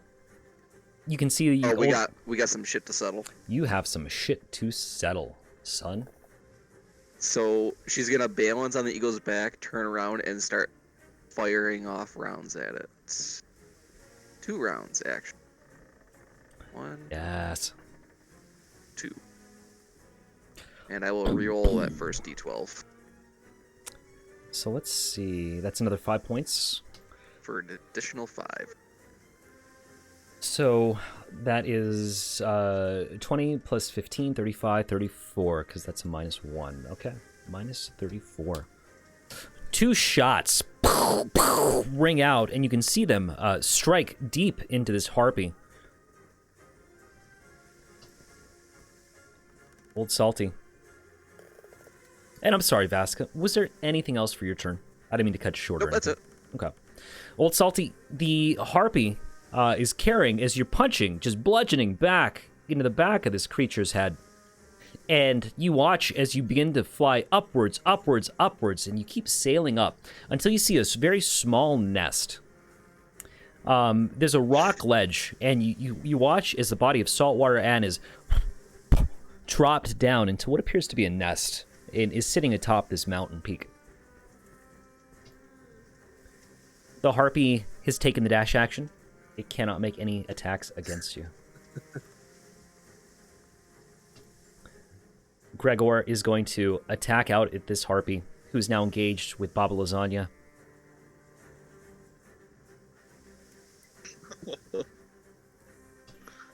Unfortunately, he does what he does best and fails.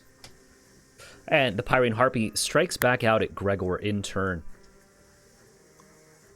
And you watch as poor Captain Gregor. Let's see if he gets taken away. Yes, he gets taken away. Poor Captain Gregor gets wrapped up in the arms of this harpy.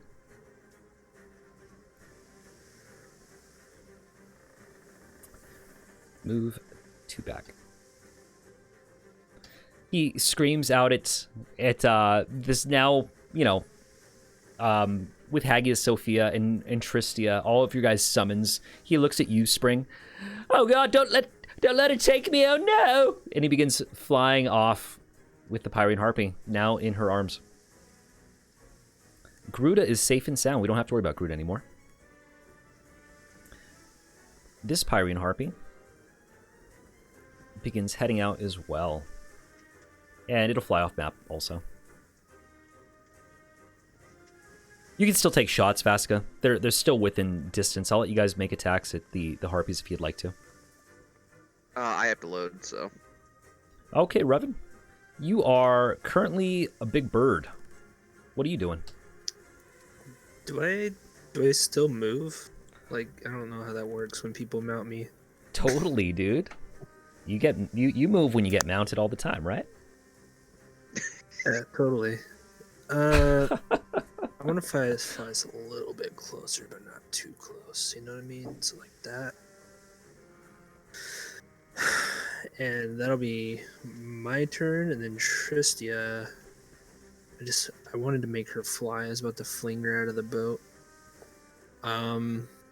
She'll just move up and fire some fire rays at the one that's carrying Captain Morgan, whatever his name is, Gregor. Yeah, those will both hit. Cool, that's my turn. Fantastic. 2 rays of fire burst out, striking into the Pyrian Harpy. Spring, you can see the captain wailing and screaming, asking for your help. What would you like to do? Help I will give him. I will send out another 3 rays of Eldritch Blast. At the I almost said at Captain Gregor, but at the harpy carrying Captain Gregor. God, I keep doing the wrong one. It's all right. Here. Uno, dos, tres. All right, those will all hit. Boom, There's the good boom, damage. There's the good boom. damage, and she goes down. You watch as you save the captain. The 3 Eldritch Blasts cut through both wings and right through the torso of the Pyrian Harpy as it drops, and you see Captain Gregor scream all the way down, ah! Psh, as he splashes down into the water. I will move here. Let me grab my thing. I'll as I'm flying forward, oh Jesus. As I'm flying forward, I'll yell, "Don't worry, I got you." He breaks the crust of the water. What? What do you mean you got me? You can't carry me, little one. Thank you, though. Thank you. I'm good now. And that and Hagia Sophia can she row the boat? She absolutely can row the boat. She's gonna do that. Fantastic. 1, 2, 3, 4. And just 5, generally moving 6. towards the other boat. Yeah, perfect. She closes the gap up along Gregor, who's now, making his way back to the boat as well. Old Salty, you're riding on the back of this Pyrian Harpy who has sailed up into the air, and it's now doing somersaults, trying to get you off of its back as it spins and flips. Make an acrobatics check for me, please. Oh boy, this should end well. Oh boy. Now you have the opportunity, as you feel your grip loosening, the Pyrian Harpy has begun to cast you off, dropping you what seems to be maybe about 200 or 300, well, not quite that high, about 150 feet down to rocks below. You have your Yeah. action. You can try to grapple on if you'd like, or make some attacks, whatever you'd like to do. I am gonna try and grapple on. Okay, let's see. The Pyrian Harpy is going to contest that. And unfortunately, you try to grab on. You grab onto the edge of an ankle. And it quickly flips you off. So you begin to descend and fall very, very quickly, unfortunately. Well, luckily monks have that. Yeah, you come along the cliff's side and you steer off towards it as you are moving very quickly towards the water, and you begin to grab onto the rocks of the cliff, slowing your fall down. Okay, and what is your monk level? 11. So So 55 points of that's production. a lot. Yeah, you take no damage at all as it slides down. As you slide down the cliff, you come to the very base of these rocks where the ocean meets the water, and you can see this Pyrian Harpy that you've been riding on the back of makes its way and sails off into the cave and disappears along with the body of your goddaughter Anne.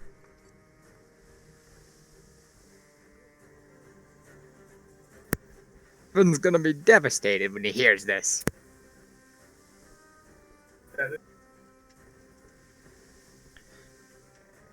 Lorfrost is going to continue sailing up forwards. And Nestlu, I imagine you'll do the same thing. It looks like most of our guys are off the map at this point. Yeah. For our ranged attackers, which is Vasica and Spring, I'll let you guys take another set of attacks. There's that before us. Sorry, say it again for me, Nestlu. Oh, I just rolled the acro so that we would know. Fantastic, okay.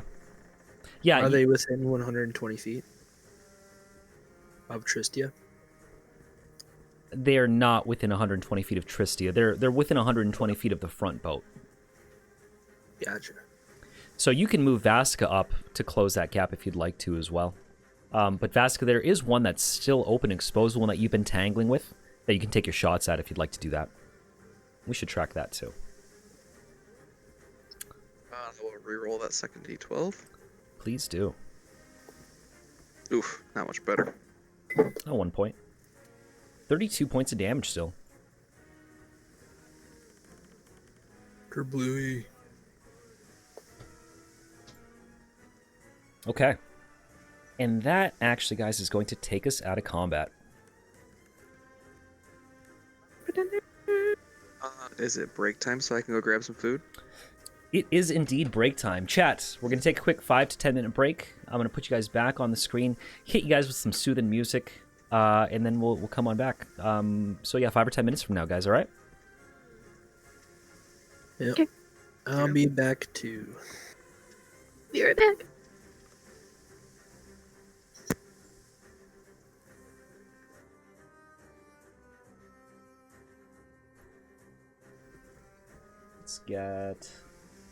Let's see, what's a nice song to leave you guys with? The Elven Love Song. That one's pretty. Stop that. All right, guys. Enjoy the new overlay. I made it for Nerdo. So hopefully you guys like it. Be back soon, guys.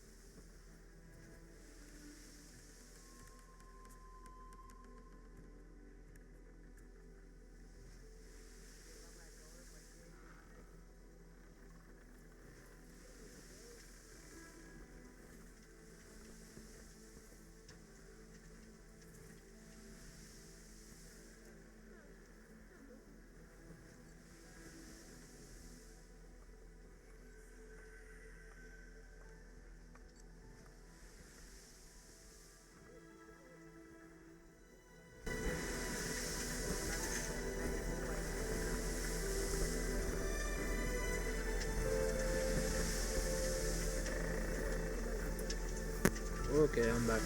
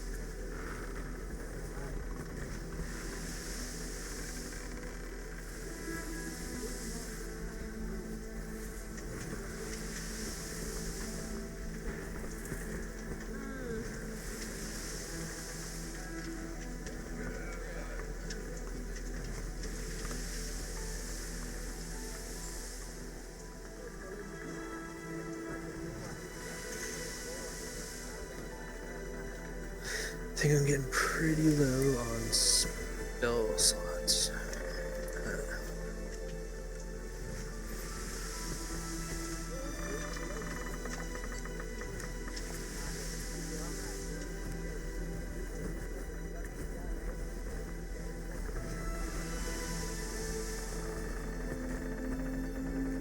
I forgot about Whisker the entirety of that fight. Whatever.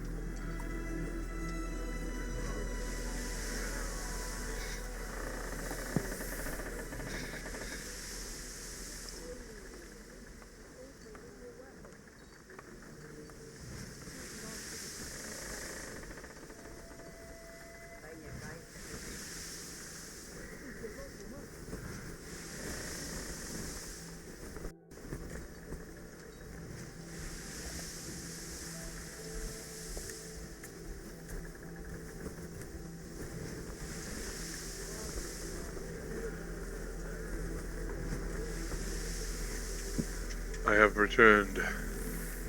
Oyo. Orewa. Oh yeah, I was unable to save your waifu. It's fine, it's fine. Knowing Envy, we're not gonna find her alive. Getting pretty low on. Well, I guess I'm not terrible on spell slots.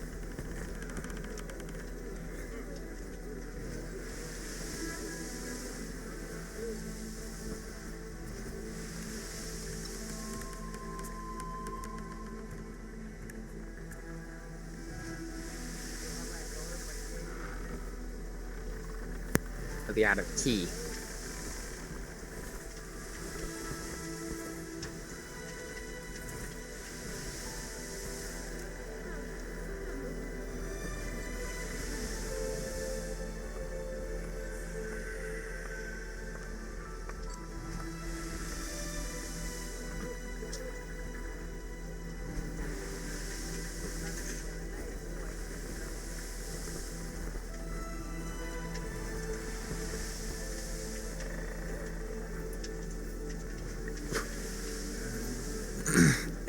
If ores had a size, what size do you think they'd be? Like small, medium? Oars? Yeah, like the oars of these boats. Oh, I thought you were talking about like iron ore or something. I don't know.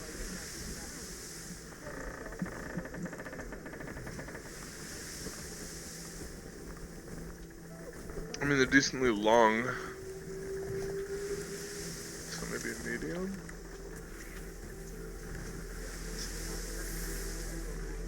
Are you thinking what I'm thinking you're thinking? Just in case, you know. Yeah.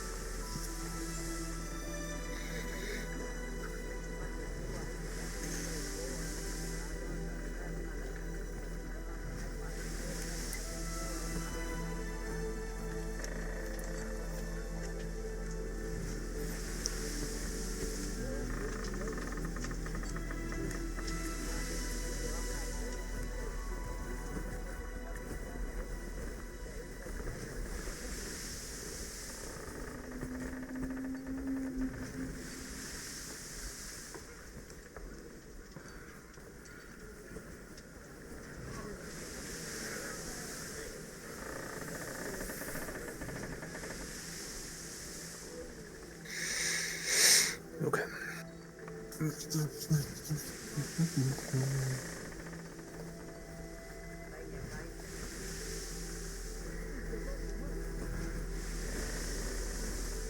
I regret not taking magic items.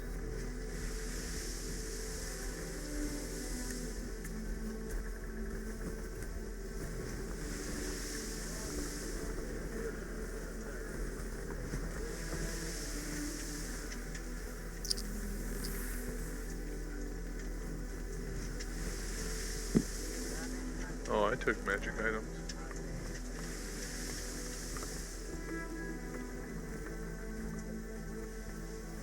All right, team, I'm back. Welcome back. Hello. Hello. Thanks for waiting for me, chat. Sorry that took a while, but we're back on board now. Hi. All right, guys, throw a 1 into chat if you guys are here. 1, 2, 3. Aw, thanks, Jake. I'm glad you liked it.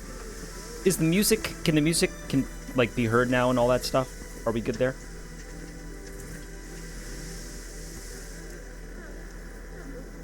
Looks like we're just waiting for Vasica, and you're back, right, Micah?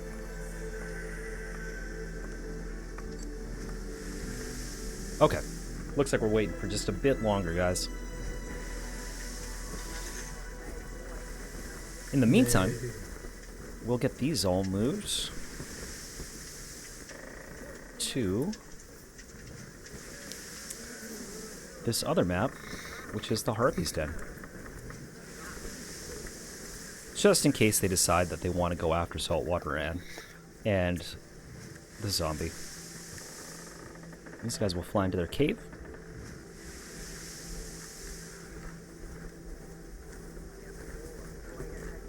Where they will be roosting and licking their wounds. And Herpy Den. Herpy's Den. Yes. Let's get 2 on here that we deleted originally.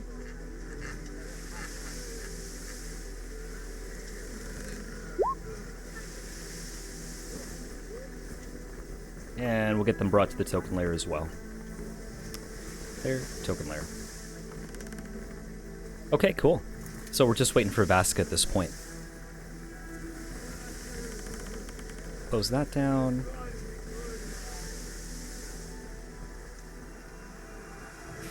And which one should the Pyrian Harpies eat first, guys? Say about me. Oh, you're back. Welcome back, Vasica. Let's roll a dice to see which ones the harpies are going to take.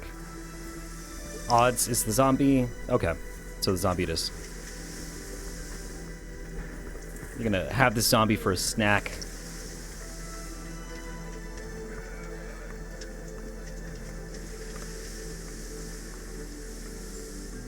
Okay, guys, we'll jump right back into it.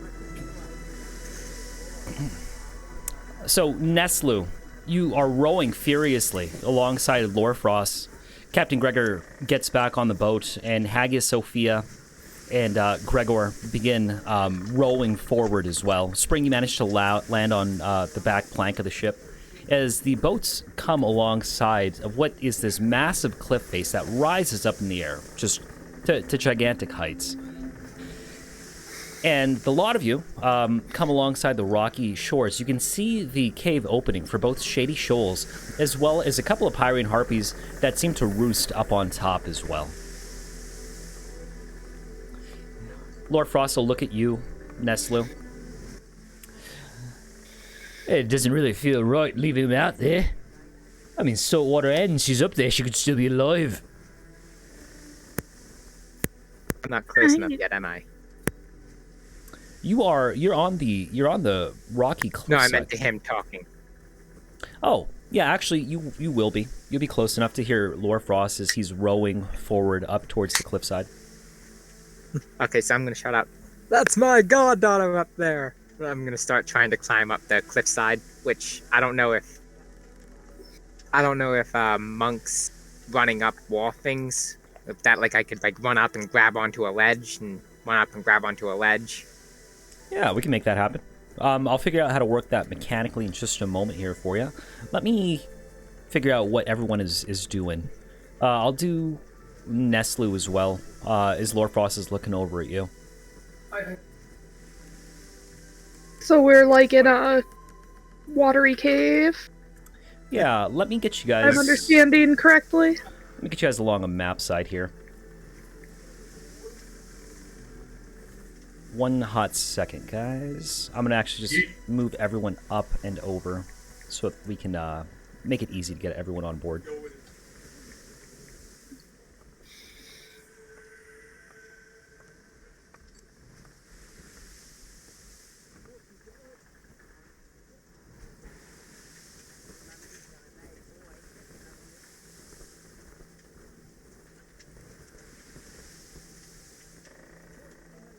That's good enough.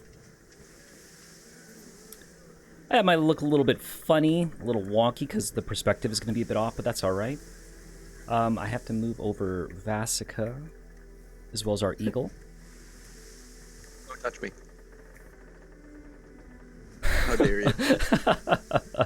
I don't know how to respond to that. I'm at a loss for words. Typically, I'm pretty good at improv. Yeah, Vasica, you've literally taken my words away from me at this moment in time. I'm dumbfounded. I have that effect on people.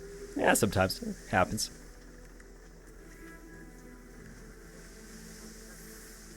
Alright, guys.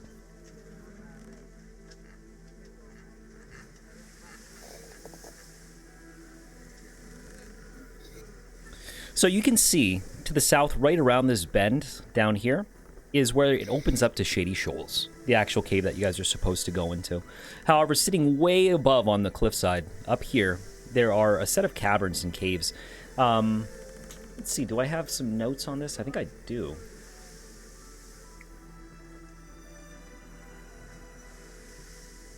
I do.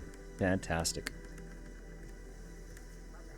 So, looking over the cracking cliffside, actually, rising above where you are, at least 300 feet, you can see rocky ledges that hug the walls of the oceanside cliffs above. Vines are guiding their way up to the ledges, and at the highest point, you can actually see an open-mouthed cave sitting atop the island stones. Yeah, I'm gonna try to climb it. Okay. So, Nestle, you're trying to climb up. Lord Frost will see you try to scurry up as well. All right, I suppose we're doing this. Groot is passed out right now. I'll swap over to Vasica and our good flying eagle friend, Revan. What are you guys doing? Pat the bird on the head. Hey, put me down up there. Yeah, I imagine I'll just kind of fly up here and kind of just land, I suppose. Okay, you float up and land at the top of this cliffside. And Vasca, you manage to hop off as well.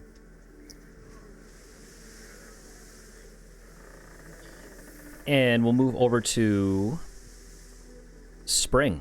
What are you going to do, Spring? You're riding on the back of the ship right now. I'm gonna find someone who is climbing up like Nessu or Old Salty, and try to go and like hop on their shoulder or like hop in their bag or something, because I want to ride up there. Okay. I'm about halfway up the side of the cliff, I believe. Yeah, let's actually make some rolls for that, if you guys don't mind. I'll actually start swooping down and grabbing people and bringing them up. Okay.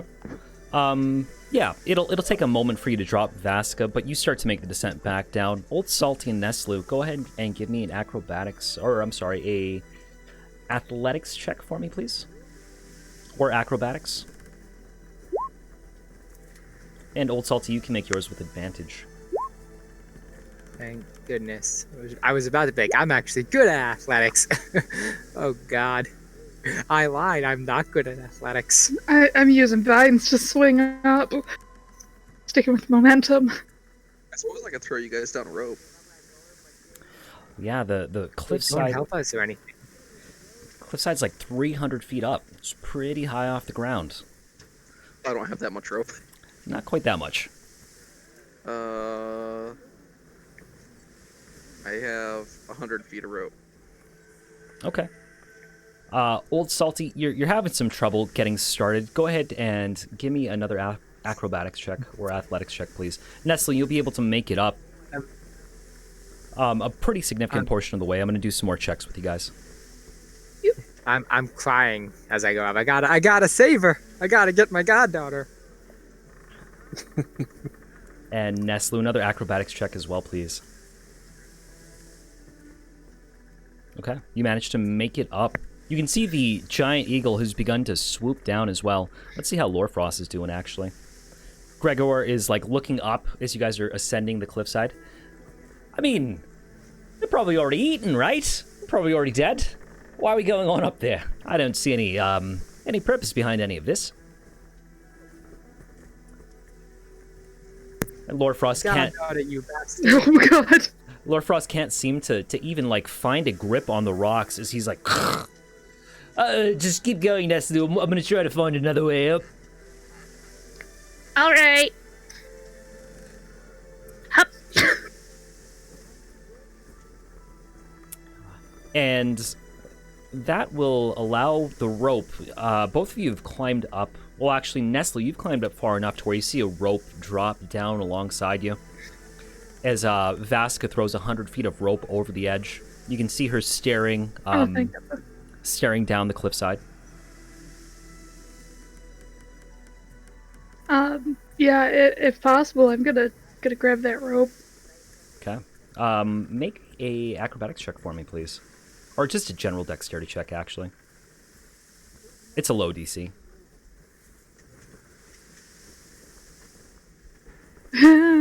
You start. I'm gonna use a charge of lucky. Go right ahead. I don't think it's that low. Might be that low. It is that well. You managed to grab onto the rope somewhat with, tight fingers, but you managed to palm it and eventually get it in your hand. That'll lower the DC for you as you're climbing up as well. That'll take us to Revan. Spring, you're riding on the shoulders of Nestle right now. Nice. And Revan, you soar down. You can see that Nestle is grabbed onto the rope. Old Salty is roughly about 50 feet below Nestle as the two of them have ascended the cliff. Lorefrost is struggling at the very bottom, and Gregor doesn't even seem to be making an attempt at this point. Who to grab? I will grab Gregor. You're going to grab Gregor? Yeah, I'm gonna grab him and pull his ass up there. Okay. So go down and make a athletics or strength check, whichever you have. That's funny as shit. He's taking up the one guy that does not want to go. ET. Gregor swats at you. No, you foul beast! What the? No! Oh god, no! Then you start to lift Gregor up as you begin soaring up to the tops of these cliffs, past Neslu, past Old Salty, and deposit Gregor alongside Vasica. Is this fucking bird? I don't want to be up here. What the hell's going on? Vasica? What are you doing up here already? Bird dropped me off. I don't know who it is though. This bird seems to be, straight from the bowels of hell. It obviously wants to kill us all. That's why it's dropped us in the den. I bet you it's sided with the harpies. And he pulls out a dagger, getting ready to throw it at you. Yeah, I'll just ignore him and head down to the next target. Okay. Old Salty and Nestle, please make some more acrobatics/athletics checks for me, please. Old Salty, you still can make yours with advantage. Nestle, your DC has been lowered. So the nice thing is, I have reliable talent. Okay. So whenever I make an ability check that lets me add my proficiency, anything that is a 9 or lower is a 10. Nice. Okay. So you do indeed manage to climb up. You actually pass the DC with a nat 1. So yeah. You will scale up the remainder of the cliff. Old Salty, you quickly grab She is onto the rope. exhausted. Yeah, you're exhausted as you come to the top, but you actually manage to make it all the way up. Old Salty, you grab onto the rope as well, effectively lowering your DC. Go ahead and give me another acrobatics or athletics check, please. Excellent. Oh, thank goodness for that advantage. As you scale over the side of the cliff from where Vask is standing, yeah, a lot of you make it to the top. Spring, you're up there on the shoulders of Neslu as well. You can peer into the open mouth area of this cave in front of you. And you don't see any movement or anything like that that seems to appear on the inside. However, looking over the edge, you can see Saltwater Ann is laying on one of the ledges down here. There are various bones and skeletons scattered about this lower cliff. I'm I gonna will jump down approach. there real quick. Ann, speak to me, lass. And what were you saying, Spring? Go ahead. I'm also approaching, yeah. Okay, so you float on down to Saltwater Ann, who is still indeed breathing. She's alive.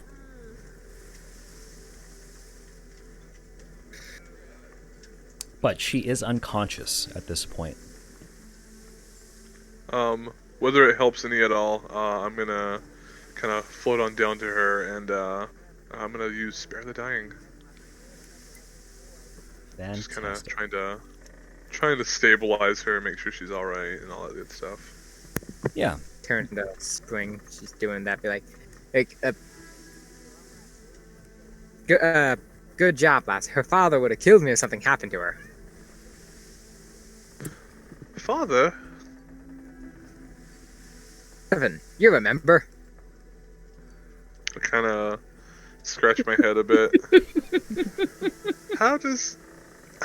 Never mind. By the end of this adventure, we're all going to think we've been together for like a decade. So what about the rest of you? Vaska, Neslu, and Revan? You can see Gregor has kind of stepped into this cave, and he's popping a head in, just kind of looking about into the darkness. I'm still fetching people. Okay, who else would you like to fetch? I don't know if we should take everyone. I want to at least get Tristia.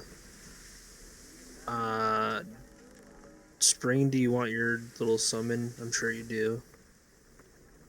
Let me see And- something. Yeah, I how long believe- does she last, actually? Yeah, I need to check on that. Let's see. 1 hour. Okay. Yeah, you'll be able to Concentration. you'll be able to fetch Hagia Sophia as well if you want, as you make separate trips down, Revan, to go pick up people. Are you bringing up Lord Frost too? Does he seem to still want to come up with everybody up here? Yeah. I mean, he was trying to get up, but Gruda is in the boat, unconscious right now. And I mean, you're Pike and Shake and Ed are down there, so maybe they can watch over Gruda. Yeah, I'll bring up Lord Frost, and yeah, I'll leave my friends to take care of him. Okay. I don't like that. Make a hunger check. No, I'm just kidding. It's cool. Everyone will eventually get deposited up to the top of the cliff. Gregor comes back out of the cave. I don't like it up here. We should get down. This is obviously the cave. And I can hear the crunching of bones in there, and it's rather unpleasant. I'm gonna switch back to my form. Sure. And I'll come out and say, you're the captain, are you not? Should you not lead your men? Yes. Yes, I am the captain. All right, everyone, we're getting off this blasted rock. Let's get out of here before these these harpies come out. I hate this place already. I mean, your men's in there, too. He looks in. I don't like it. We've got Saltwater Ann, right? She's the one that was taken away. She's down there. Your friend, the fairy. And apparently I didn't know she was your daughter, man. You never told me. Are you a human? Just a very short one, maybe? I'll just look around and then ignore the entire ordeal. How come no one has tried to correct him yet? Please, this old man needs someone to set him straight. We're just accepting his that. delusions. I say you still have one more in there. Who's that? Who have we lost? We've got Garuda down below. And Fist, poor bastard, fell overboard. You got Tori in there, I believe her name was. No, you turned Tori. Wait. No, Tori's dead, man. She's been dead for a long, long time. Just because you brought her back doesn't make her her, that's all.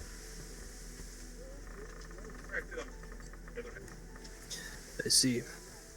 So you'd abandon a comrade simply because they died, and now they are back, and you don't like the way they are. And then you gotta give up this place, which could hold treasure for your men.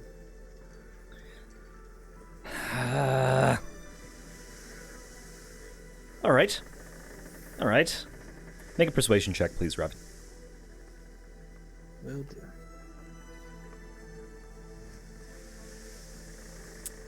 You're right, Revan. I don't know why you talk me into such things. But maybe we should go in, clear out the den, and if we find anything, we can bring it back as a sundry, right? Exactly. And I'll pat his arm, because I'm too short to reach his shoulder. Good. And Gregor's gonna walk up to you, Vasca. How you feeling, dear? You ready to fire some more shots? You ready to go get some treasure?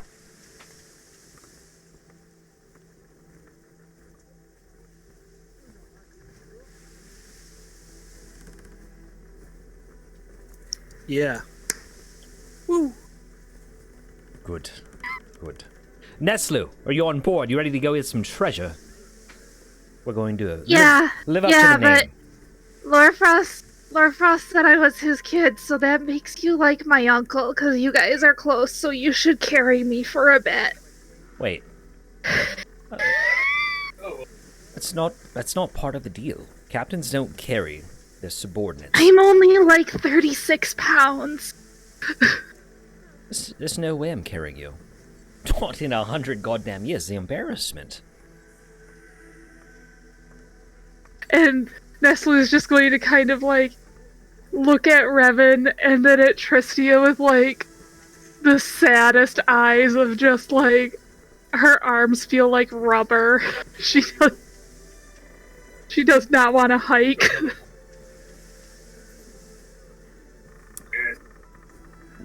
Vasica, maybe you can talk some sense into her.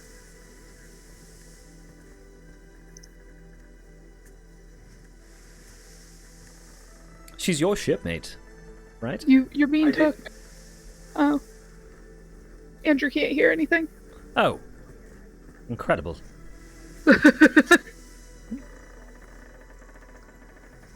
Is it Discord? Let's find out.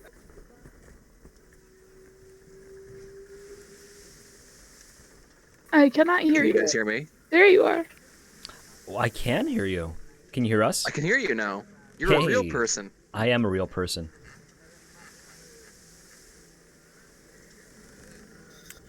Guess while everybody's talking, I'm gonna throw in some mage armor. Excellent. Yeah, Gregor... Vasca Gregor was asking if you would carry me because I wouldn't get up. Nestle won't get up, Vasica, and she wants me to carry her, and I'm the captain, and I can't go around carrying all my subordinates. I do enough leading this crew. Would you be willing to do it?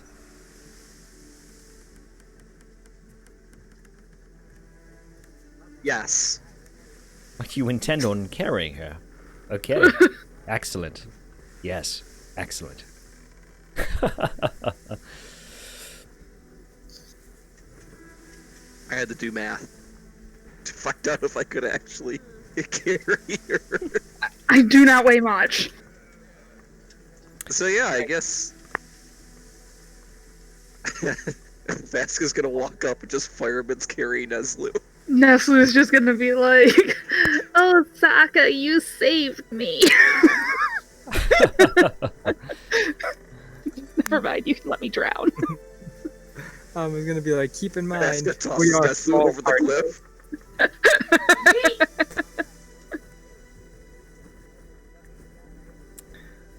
Everyone but one is small here, That's true. and that one's not even here. Yes, that's right. Gregor actually... Our tall friend left us. Yeah, Gregor actually, like, come and poke a head over the cliff's edge. Salty, it looks like we're going into this cave now. Now, Neslu, she can't seem to walk. I think her legs are broken. Do you care to come up?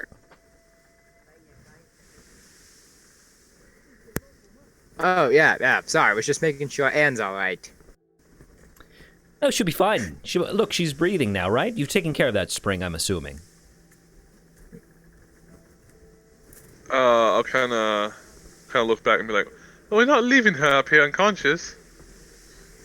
Well, I mean, there's really no threat anymore, right? I don't see any harpies. They're probably all inside the cave resting at this point. We're just going there, just, clear it out right quick. Then she'll be nice and safe and sound. No problems whatsoever. And then we can get all sorts of treasure, too. Harpies do like trinkets. Yes. I'll kind of stop for a second and look at him, and I'll be like, "Would you want us to leave you here if you were unconscious outside a harpy cave?" Oh, God, no. Right. Make a persuasion check. In this case, Spring. All right, let's see. Persuasion. I'll just throw in like, Pike can take care of things out here. Pike's at the bottom of the cliff, man, 300 feet down. And that's not even her, really. Besides, she's already watching Garuda. No, I think you're right. And I'm going to give you advantage on that roll, since Revan chimed in. Gregor starts to scale down these vines. You're absolutely right. We can't leave poor Anne alone.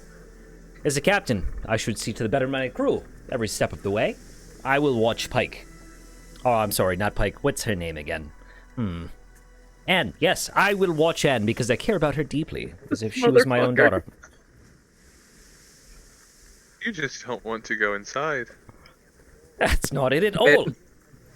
That's a bit rude considering her father's right here. Oh.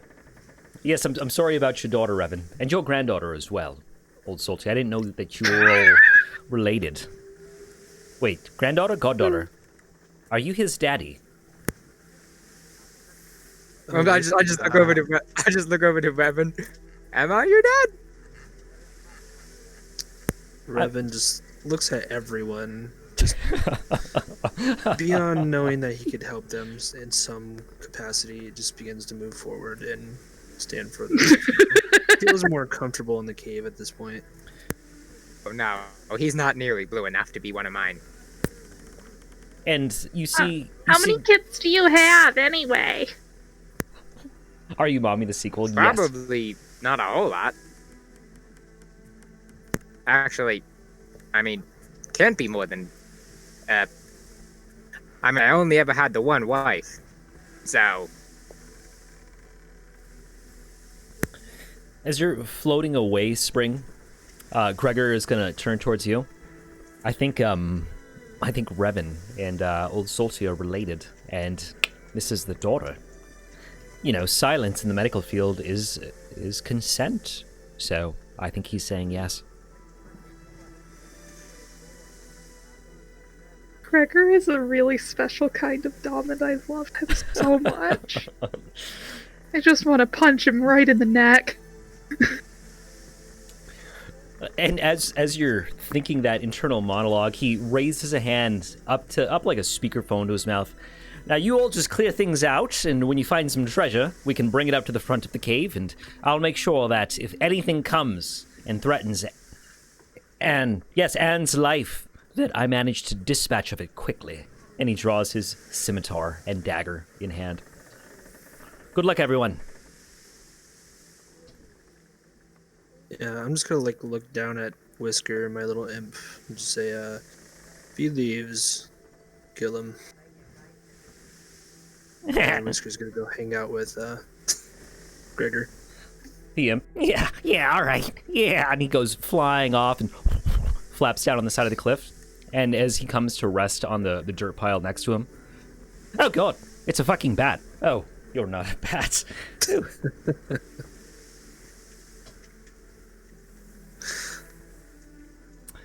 Lord Frost turns towards you, Neslu, Vasca.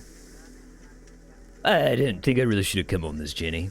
The captain's kind of shit, isn't he?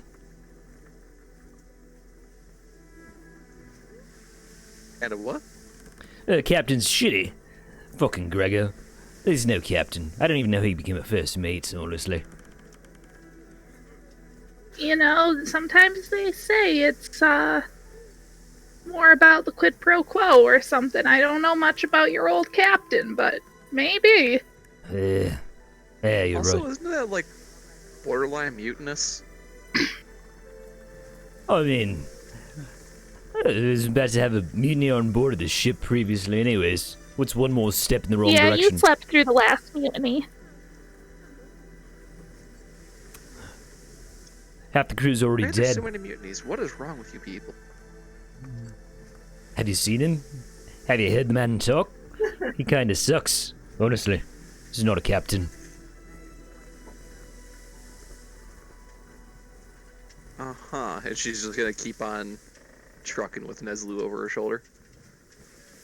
Okay. And you I'm guys... going to try to wiggle so that I can be more properly piggybacked. Yeah. I'll let you move at full speed, Vasca. Not a problem. You guys all approach the mouth of the cave. So, who's gonna go first? I'll look around and look at Lord Frost. Well, looks like you're in charge now. Alright, I suppose captains lead from the front. I'm just gonna Bunch of scaredy cats and start heading forward. What? Oh, I'm going. Lord Frost begins to crouch along the side of the wall, and as you approach in that, Old Salt, he quickly puts a hand on your chest. Hold on. There's one right there. You can see it right here, at the edge of the corner. She seems to be, recovering. She's a bit wounded.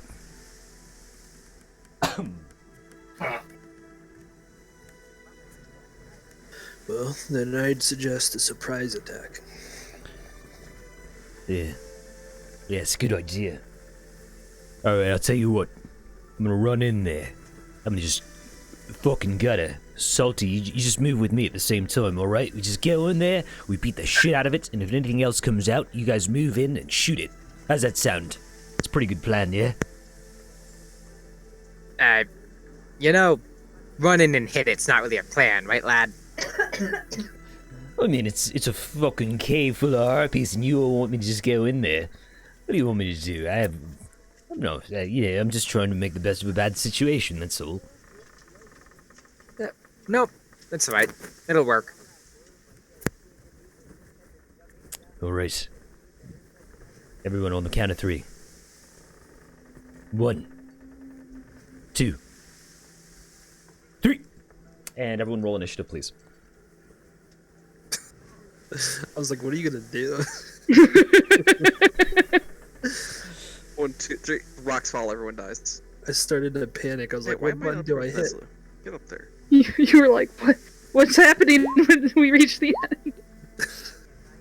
And we will all get a surprise round for shit to pop off. Make sure we got initiative orders here. Okay. I fixed mine. Yeah, I have to resort it. That's my best initiative so far. See, it makes sense that we have the same initiative because I'm riding on your back. And what I'll let happen is Old Salty and Lorfrost, you guys can move first. Lorfrost is going to rush in. And he's going to move down to here. If you want to take your movement, Old Salty, feel free.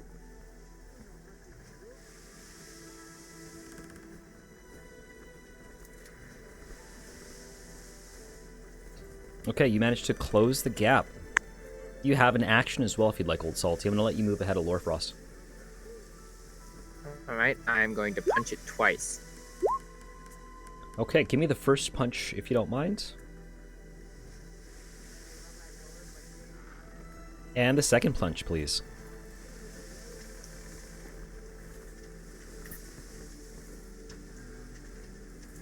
One hot second.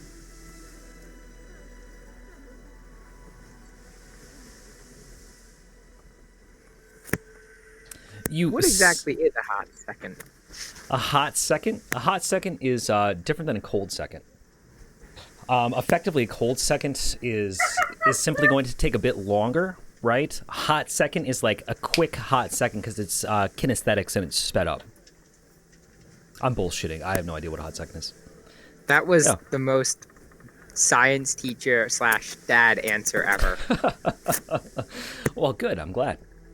You two managed to punch into it twice before Lorfrost closes the gap, and he can see immediately with some of the light trickling outside of the cave. He sees another one down here, and he's actually going to move down around this rock and try to get into here, taking the dash action. That'll bring us to Vasica next. Unless you have more movement in a bonus action, right, Old Salty? Do. Okay. Wait, no, I don't. That was 45 feet right there. I moved there Okay, fantastic. without dashing now. Okay, no problem. So you're all set. Vasica, that'll take us to you. What would you like to do? Let's see what Vasica can see. Can't see shit in there.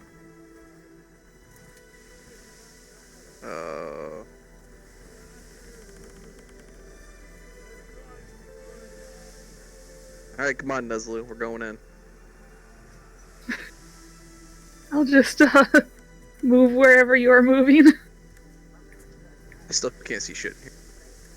I'm gonna ready action right where I'm at. If I see a harpy, I'm gonna shoot it. Okay. So you are holding an action. Nestle, you are being carried on the back of Vasica. You can see barely Old Salty here has knocked down a harpy just at the edge of your vision. Yeah. That'll take us to One you. second. What would you like to do, Nestle? I am only barely going to restrain myself from just running headlong in to make a better story out of it, and instead I will get out my short bow and also ready if something comes into view. Okay. I will also climb down off of Vasica You're now off of Vasica's back. and kind of pat her on the shoulder and go, "Thanks, buddy." Mount me again later. And Spring, that will Wow. take us to you, Spring. What I'm gonna do is, let's see, we're gonna do 5, oh, hold on. 5, 10, 15, 20, 25, 30, and I will hold an action to use Eldritch Blast if something comes within view, and then None I of will them can use... see. Actually, let's do like right here. This is so And then fun. Hagia Sophia will hold an action to do her Nightmare Touch. If she has multi-attack and she's holding an action, does she only get one attack when that prompts, or does she get both? She only gets one attack on a reaction. Okay, so she will hold an action to use a Nightmare Touch if anyone comes within 5 feet. And essentially, I'm just waiting till I can see something to Eldritch Blast it. Okay. That's turn.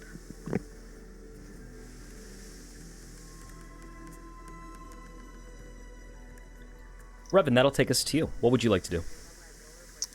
I'm gonna move a bit forward.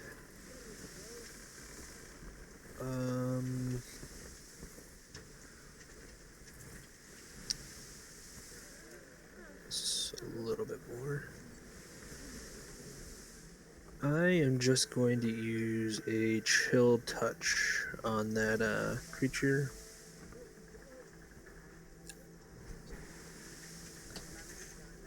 Okay, and you said you're using it on which creature?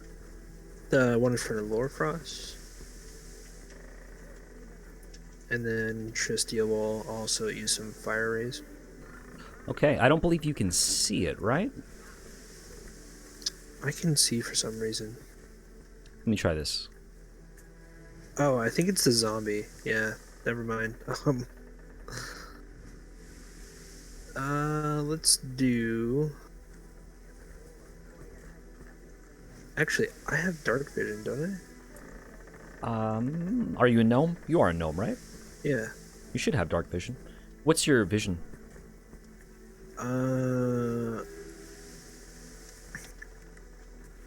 60 feet. Okay. 1 second. And 60, 30.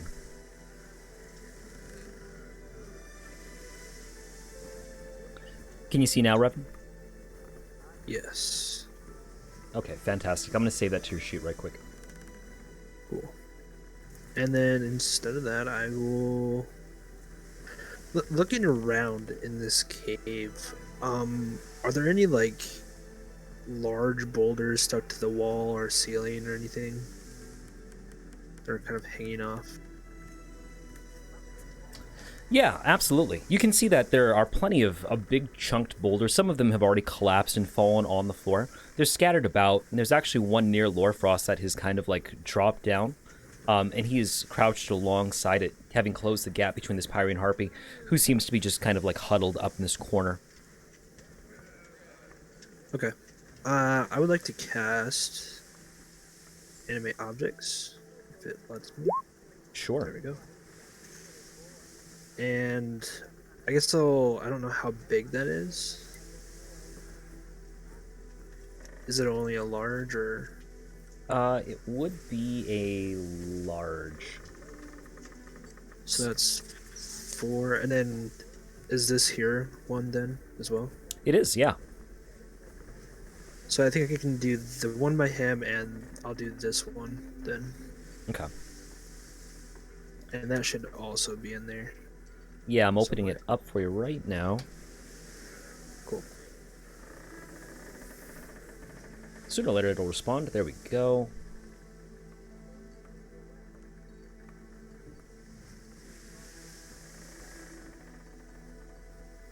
Cool.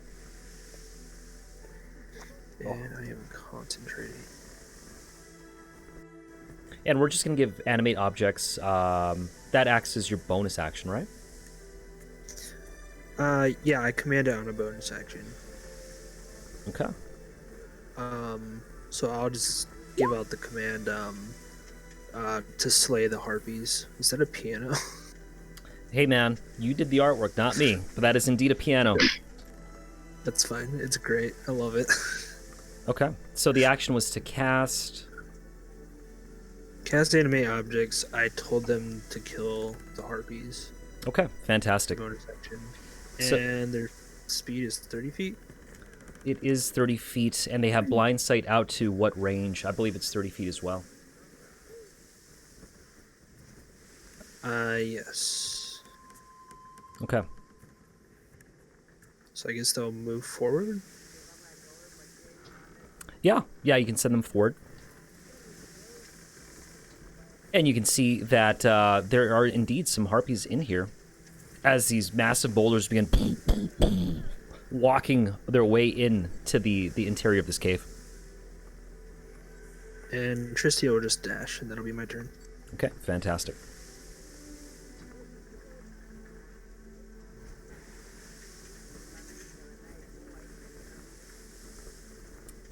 You can hear some screeching and some clattering. Vasca and Nestle, you two are looking off into the darkness, trying to figure out exactly what the hell's going on, but you can hear like talons raking against stone as these Pyrian harpies seem to now be aware and moving out towards their friend. Sorry, that one shouldn't have moved yet, so let's put that one back. I can actually see this one. So I believe that would trigger my ready action. It does, yeah. You can see it. I don't think you can see it, Vasca. Let me see why, though. You did not come through your mic. Oh, I don't have dark vision. okay. I'm a Fantastic. halfling. Yeah, so is Nestle, though. Oh, Nestle's a dwarf. No, I'm a gnome. You're a gnome. Okay, sweet. And that, yeah, go ahead, Nestle. You can absolutely take your attack if you'd like. Yep, I did. And that's, yeah, you shoot out into it. I don't believe you get sneak attack damage, though, this time, do you? I don't think I do either. Huh? I don't think I get sneak attack on the short bow. I just kind of have it toggled on. Oh. Yeah, no worries. You shoot out as the Pyrian Harpy dashes around the corner. The figure is lumbering and large, and it moves slowly in these confined quarters. So it allows you just the perfect angle to take a quick shot out at it. And it screeches as it rounds this corner. The arrow does ring true in this case.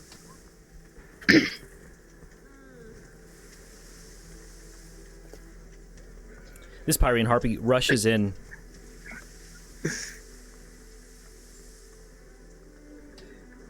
And Vasca, you've seen, actually, Pyrian Harpy gets an attack as well.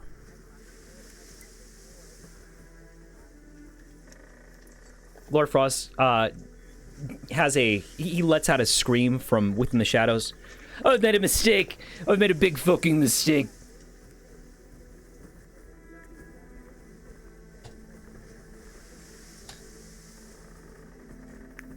Vasca, that'll bring us to you. What would you like to do?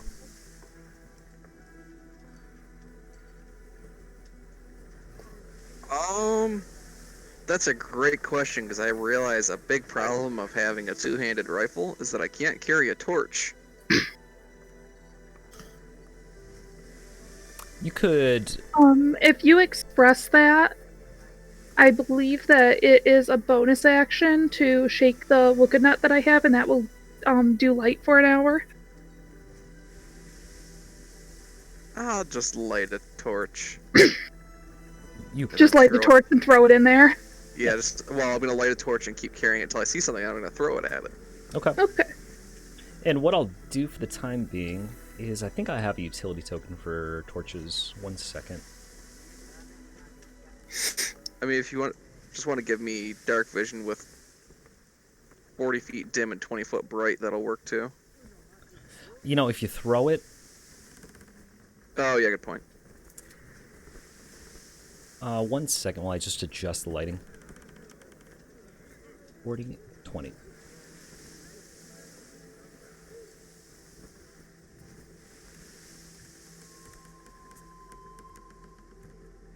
Okay. Yeah, you have a lit torch, and you're holding it out in front of you, and you can't quite see anything. You said it's 40 and 20 for the torch, right? Yeah, 40 foot. It goes out to 40 foot for dim and 20 foot for bright. Okay. Yeah, we're good then. And then I will go ahead and move.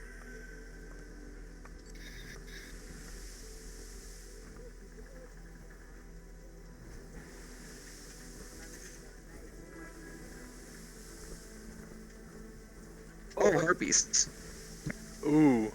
Does my attack of opportunity proc on spring now that I see one?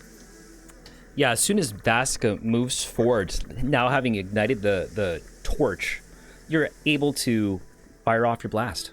Feel free. Yeah. I'm like, oh!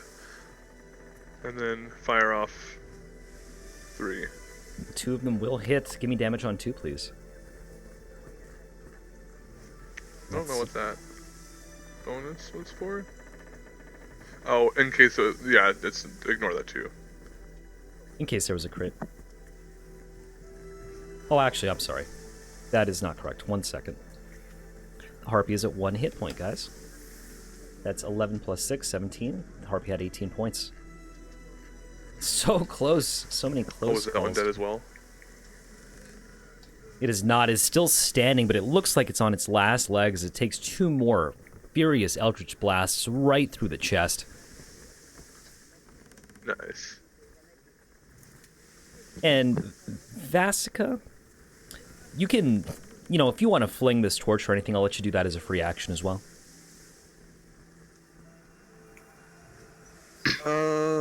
Yeah, I'm just gonna toss it. Let's see here.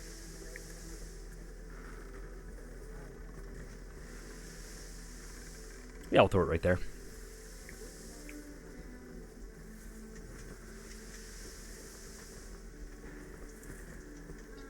Alright, that's pretty much all for me. All right, Nestle, you can see that these massive rock structures, as well as these gigantic stone structures, seem to be surrounding Lorefrost. Mm-hmm. What would you like to do?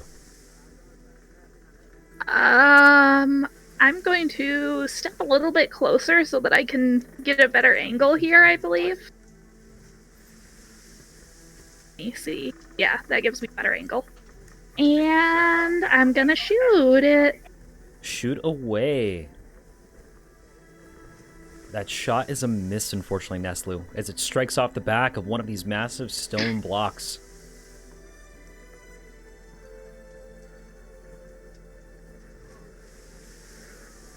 She will swear in Gnomish. You let a string of curse words in Gnomish. Revenant causes you to turn as the obscenities are just obscene. Does no damage to the rock. Yeah, it's like I cuss like a sailor. Yeah, straight up like a sailor. Old Salty, that will take us to you. What would you like to do?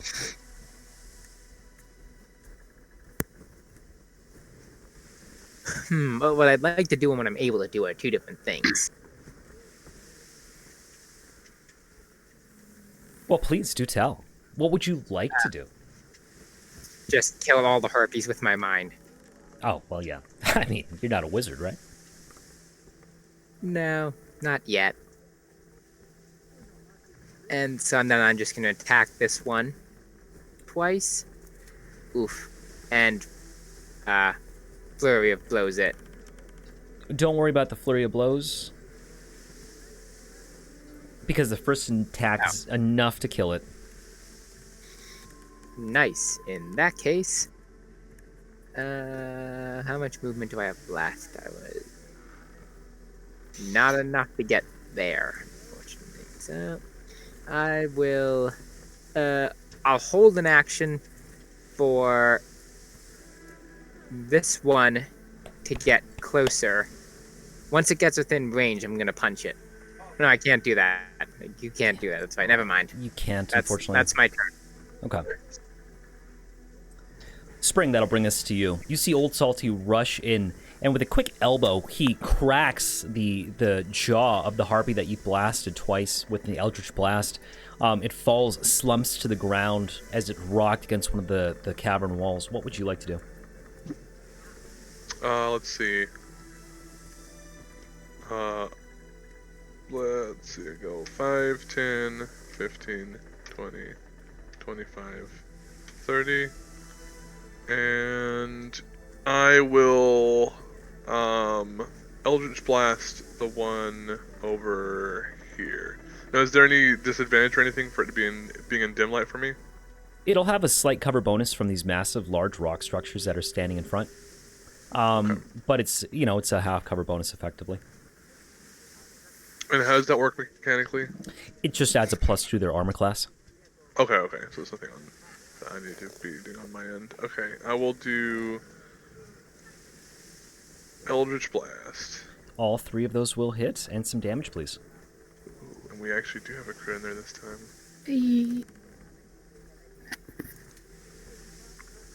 Yeah, Spring can do some damage. Alright. And let me just make sure that this one's removed off the initiative. Can I, if I use Repelling Blast, can I corpse launch it back? You absolutely may.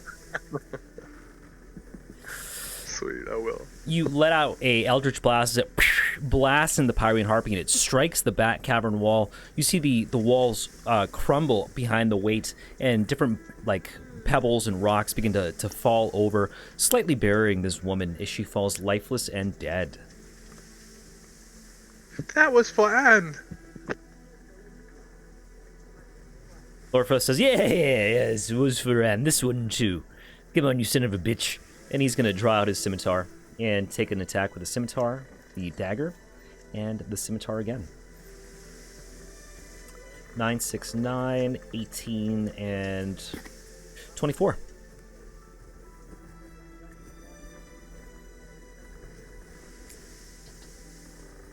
Oh man, my thing is lagging up now.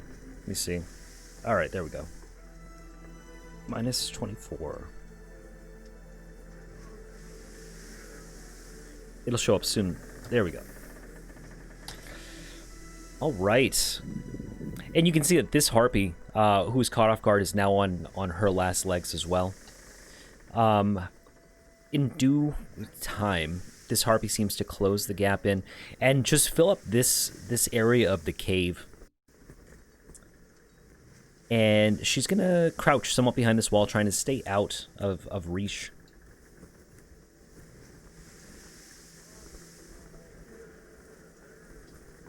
This one rushes forward off towards the stone structure and claws twice at the massive stones. One of those, I believe, hits for 15 points of damage. Yep. Okay.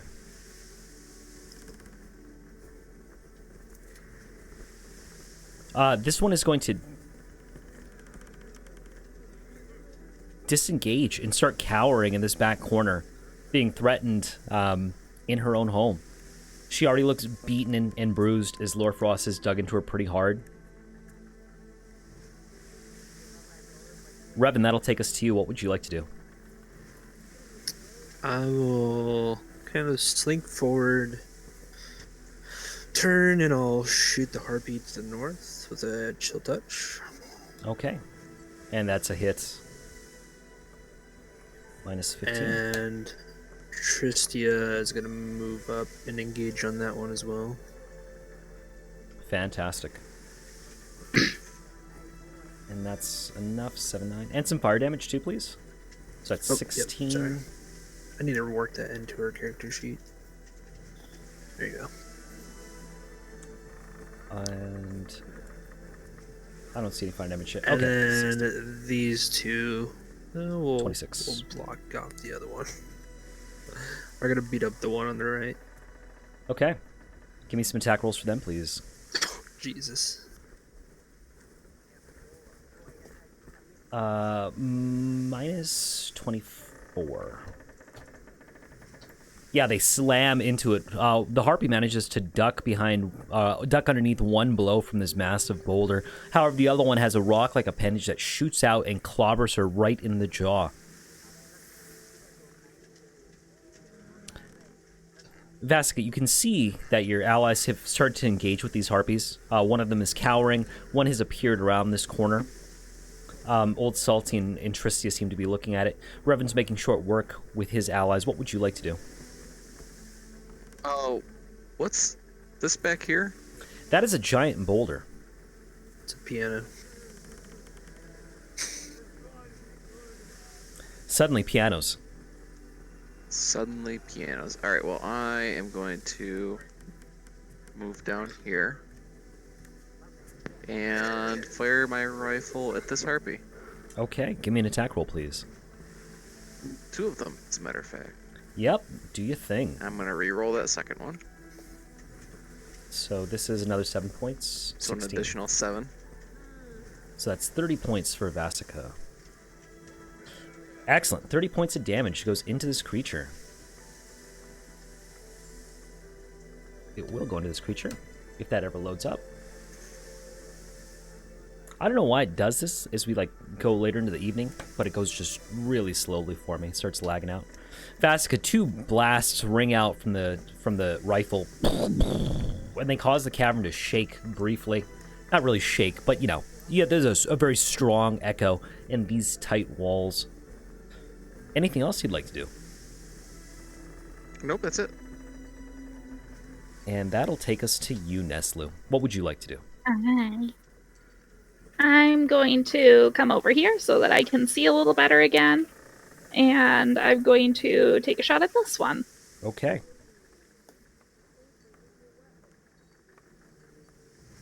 You shoot past... Just toggle down again.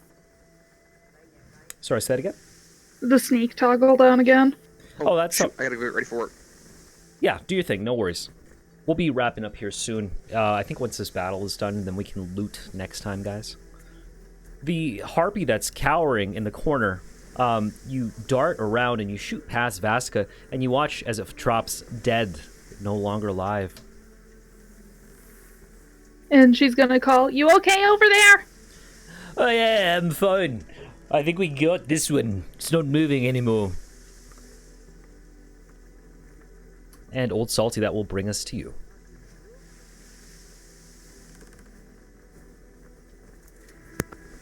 Well, there's just a few left. I don't know if I want to be the guy who's just beating up on surrendered dead. Oh, of course, they also were going to eat people. It's not as if though they're innocent creatures here. So I will come forward and start punching this one. Okay, give me some attack rolls, please. That's a hit. That's a hit as well. Eats. Yep, that's And no. if it's still up, I will then flurry of blows it. It is not. You crack it twice, once in the jaw, once in the stomach. It lets out a scratch towards you with these long claws. You quickly grab the woman's arm and you pop right on the elbow as it snaps in two. It's like a twig as it breaks in half.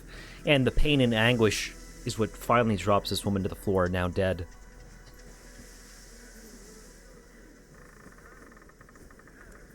Anything else for your turn, Old Salty? Reach into my coat and pull out one of my flasks and take a victory drink. There you go. And that'll take us to you, Spring. Offer it to her, even though I'm not 100% certain if she's even alive. Does Tristia take the drink, Revan, as Old Salty hands it out to her?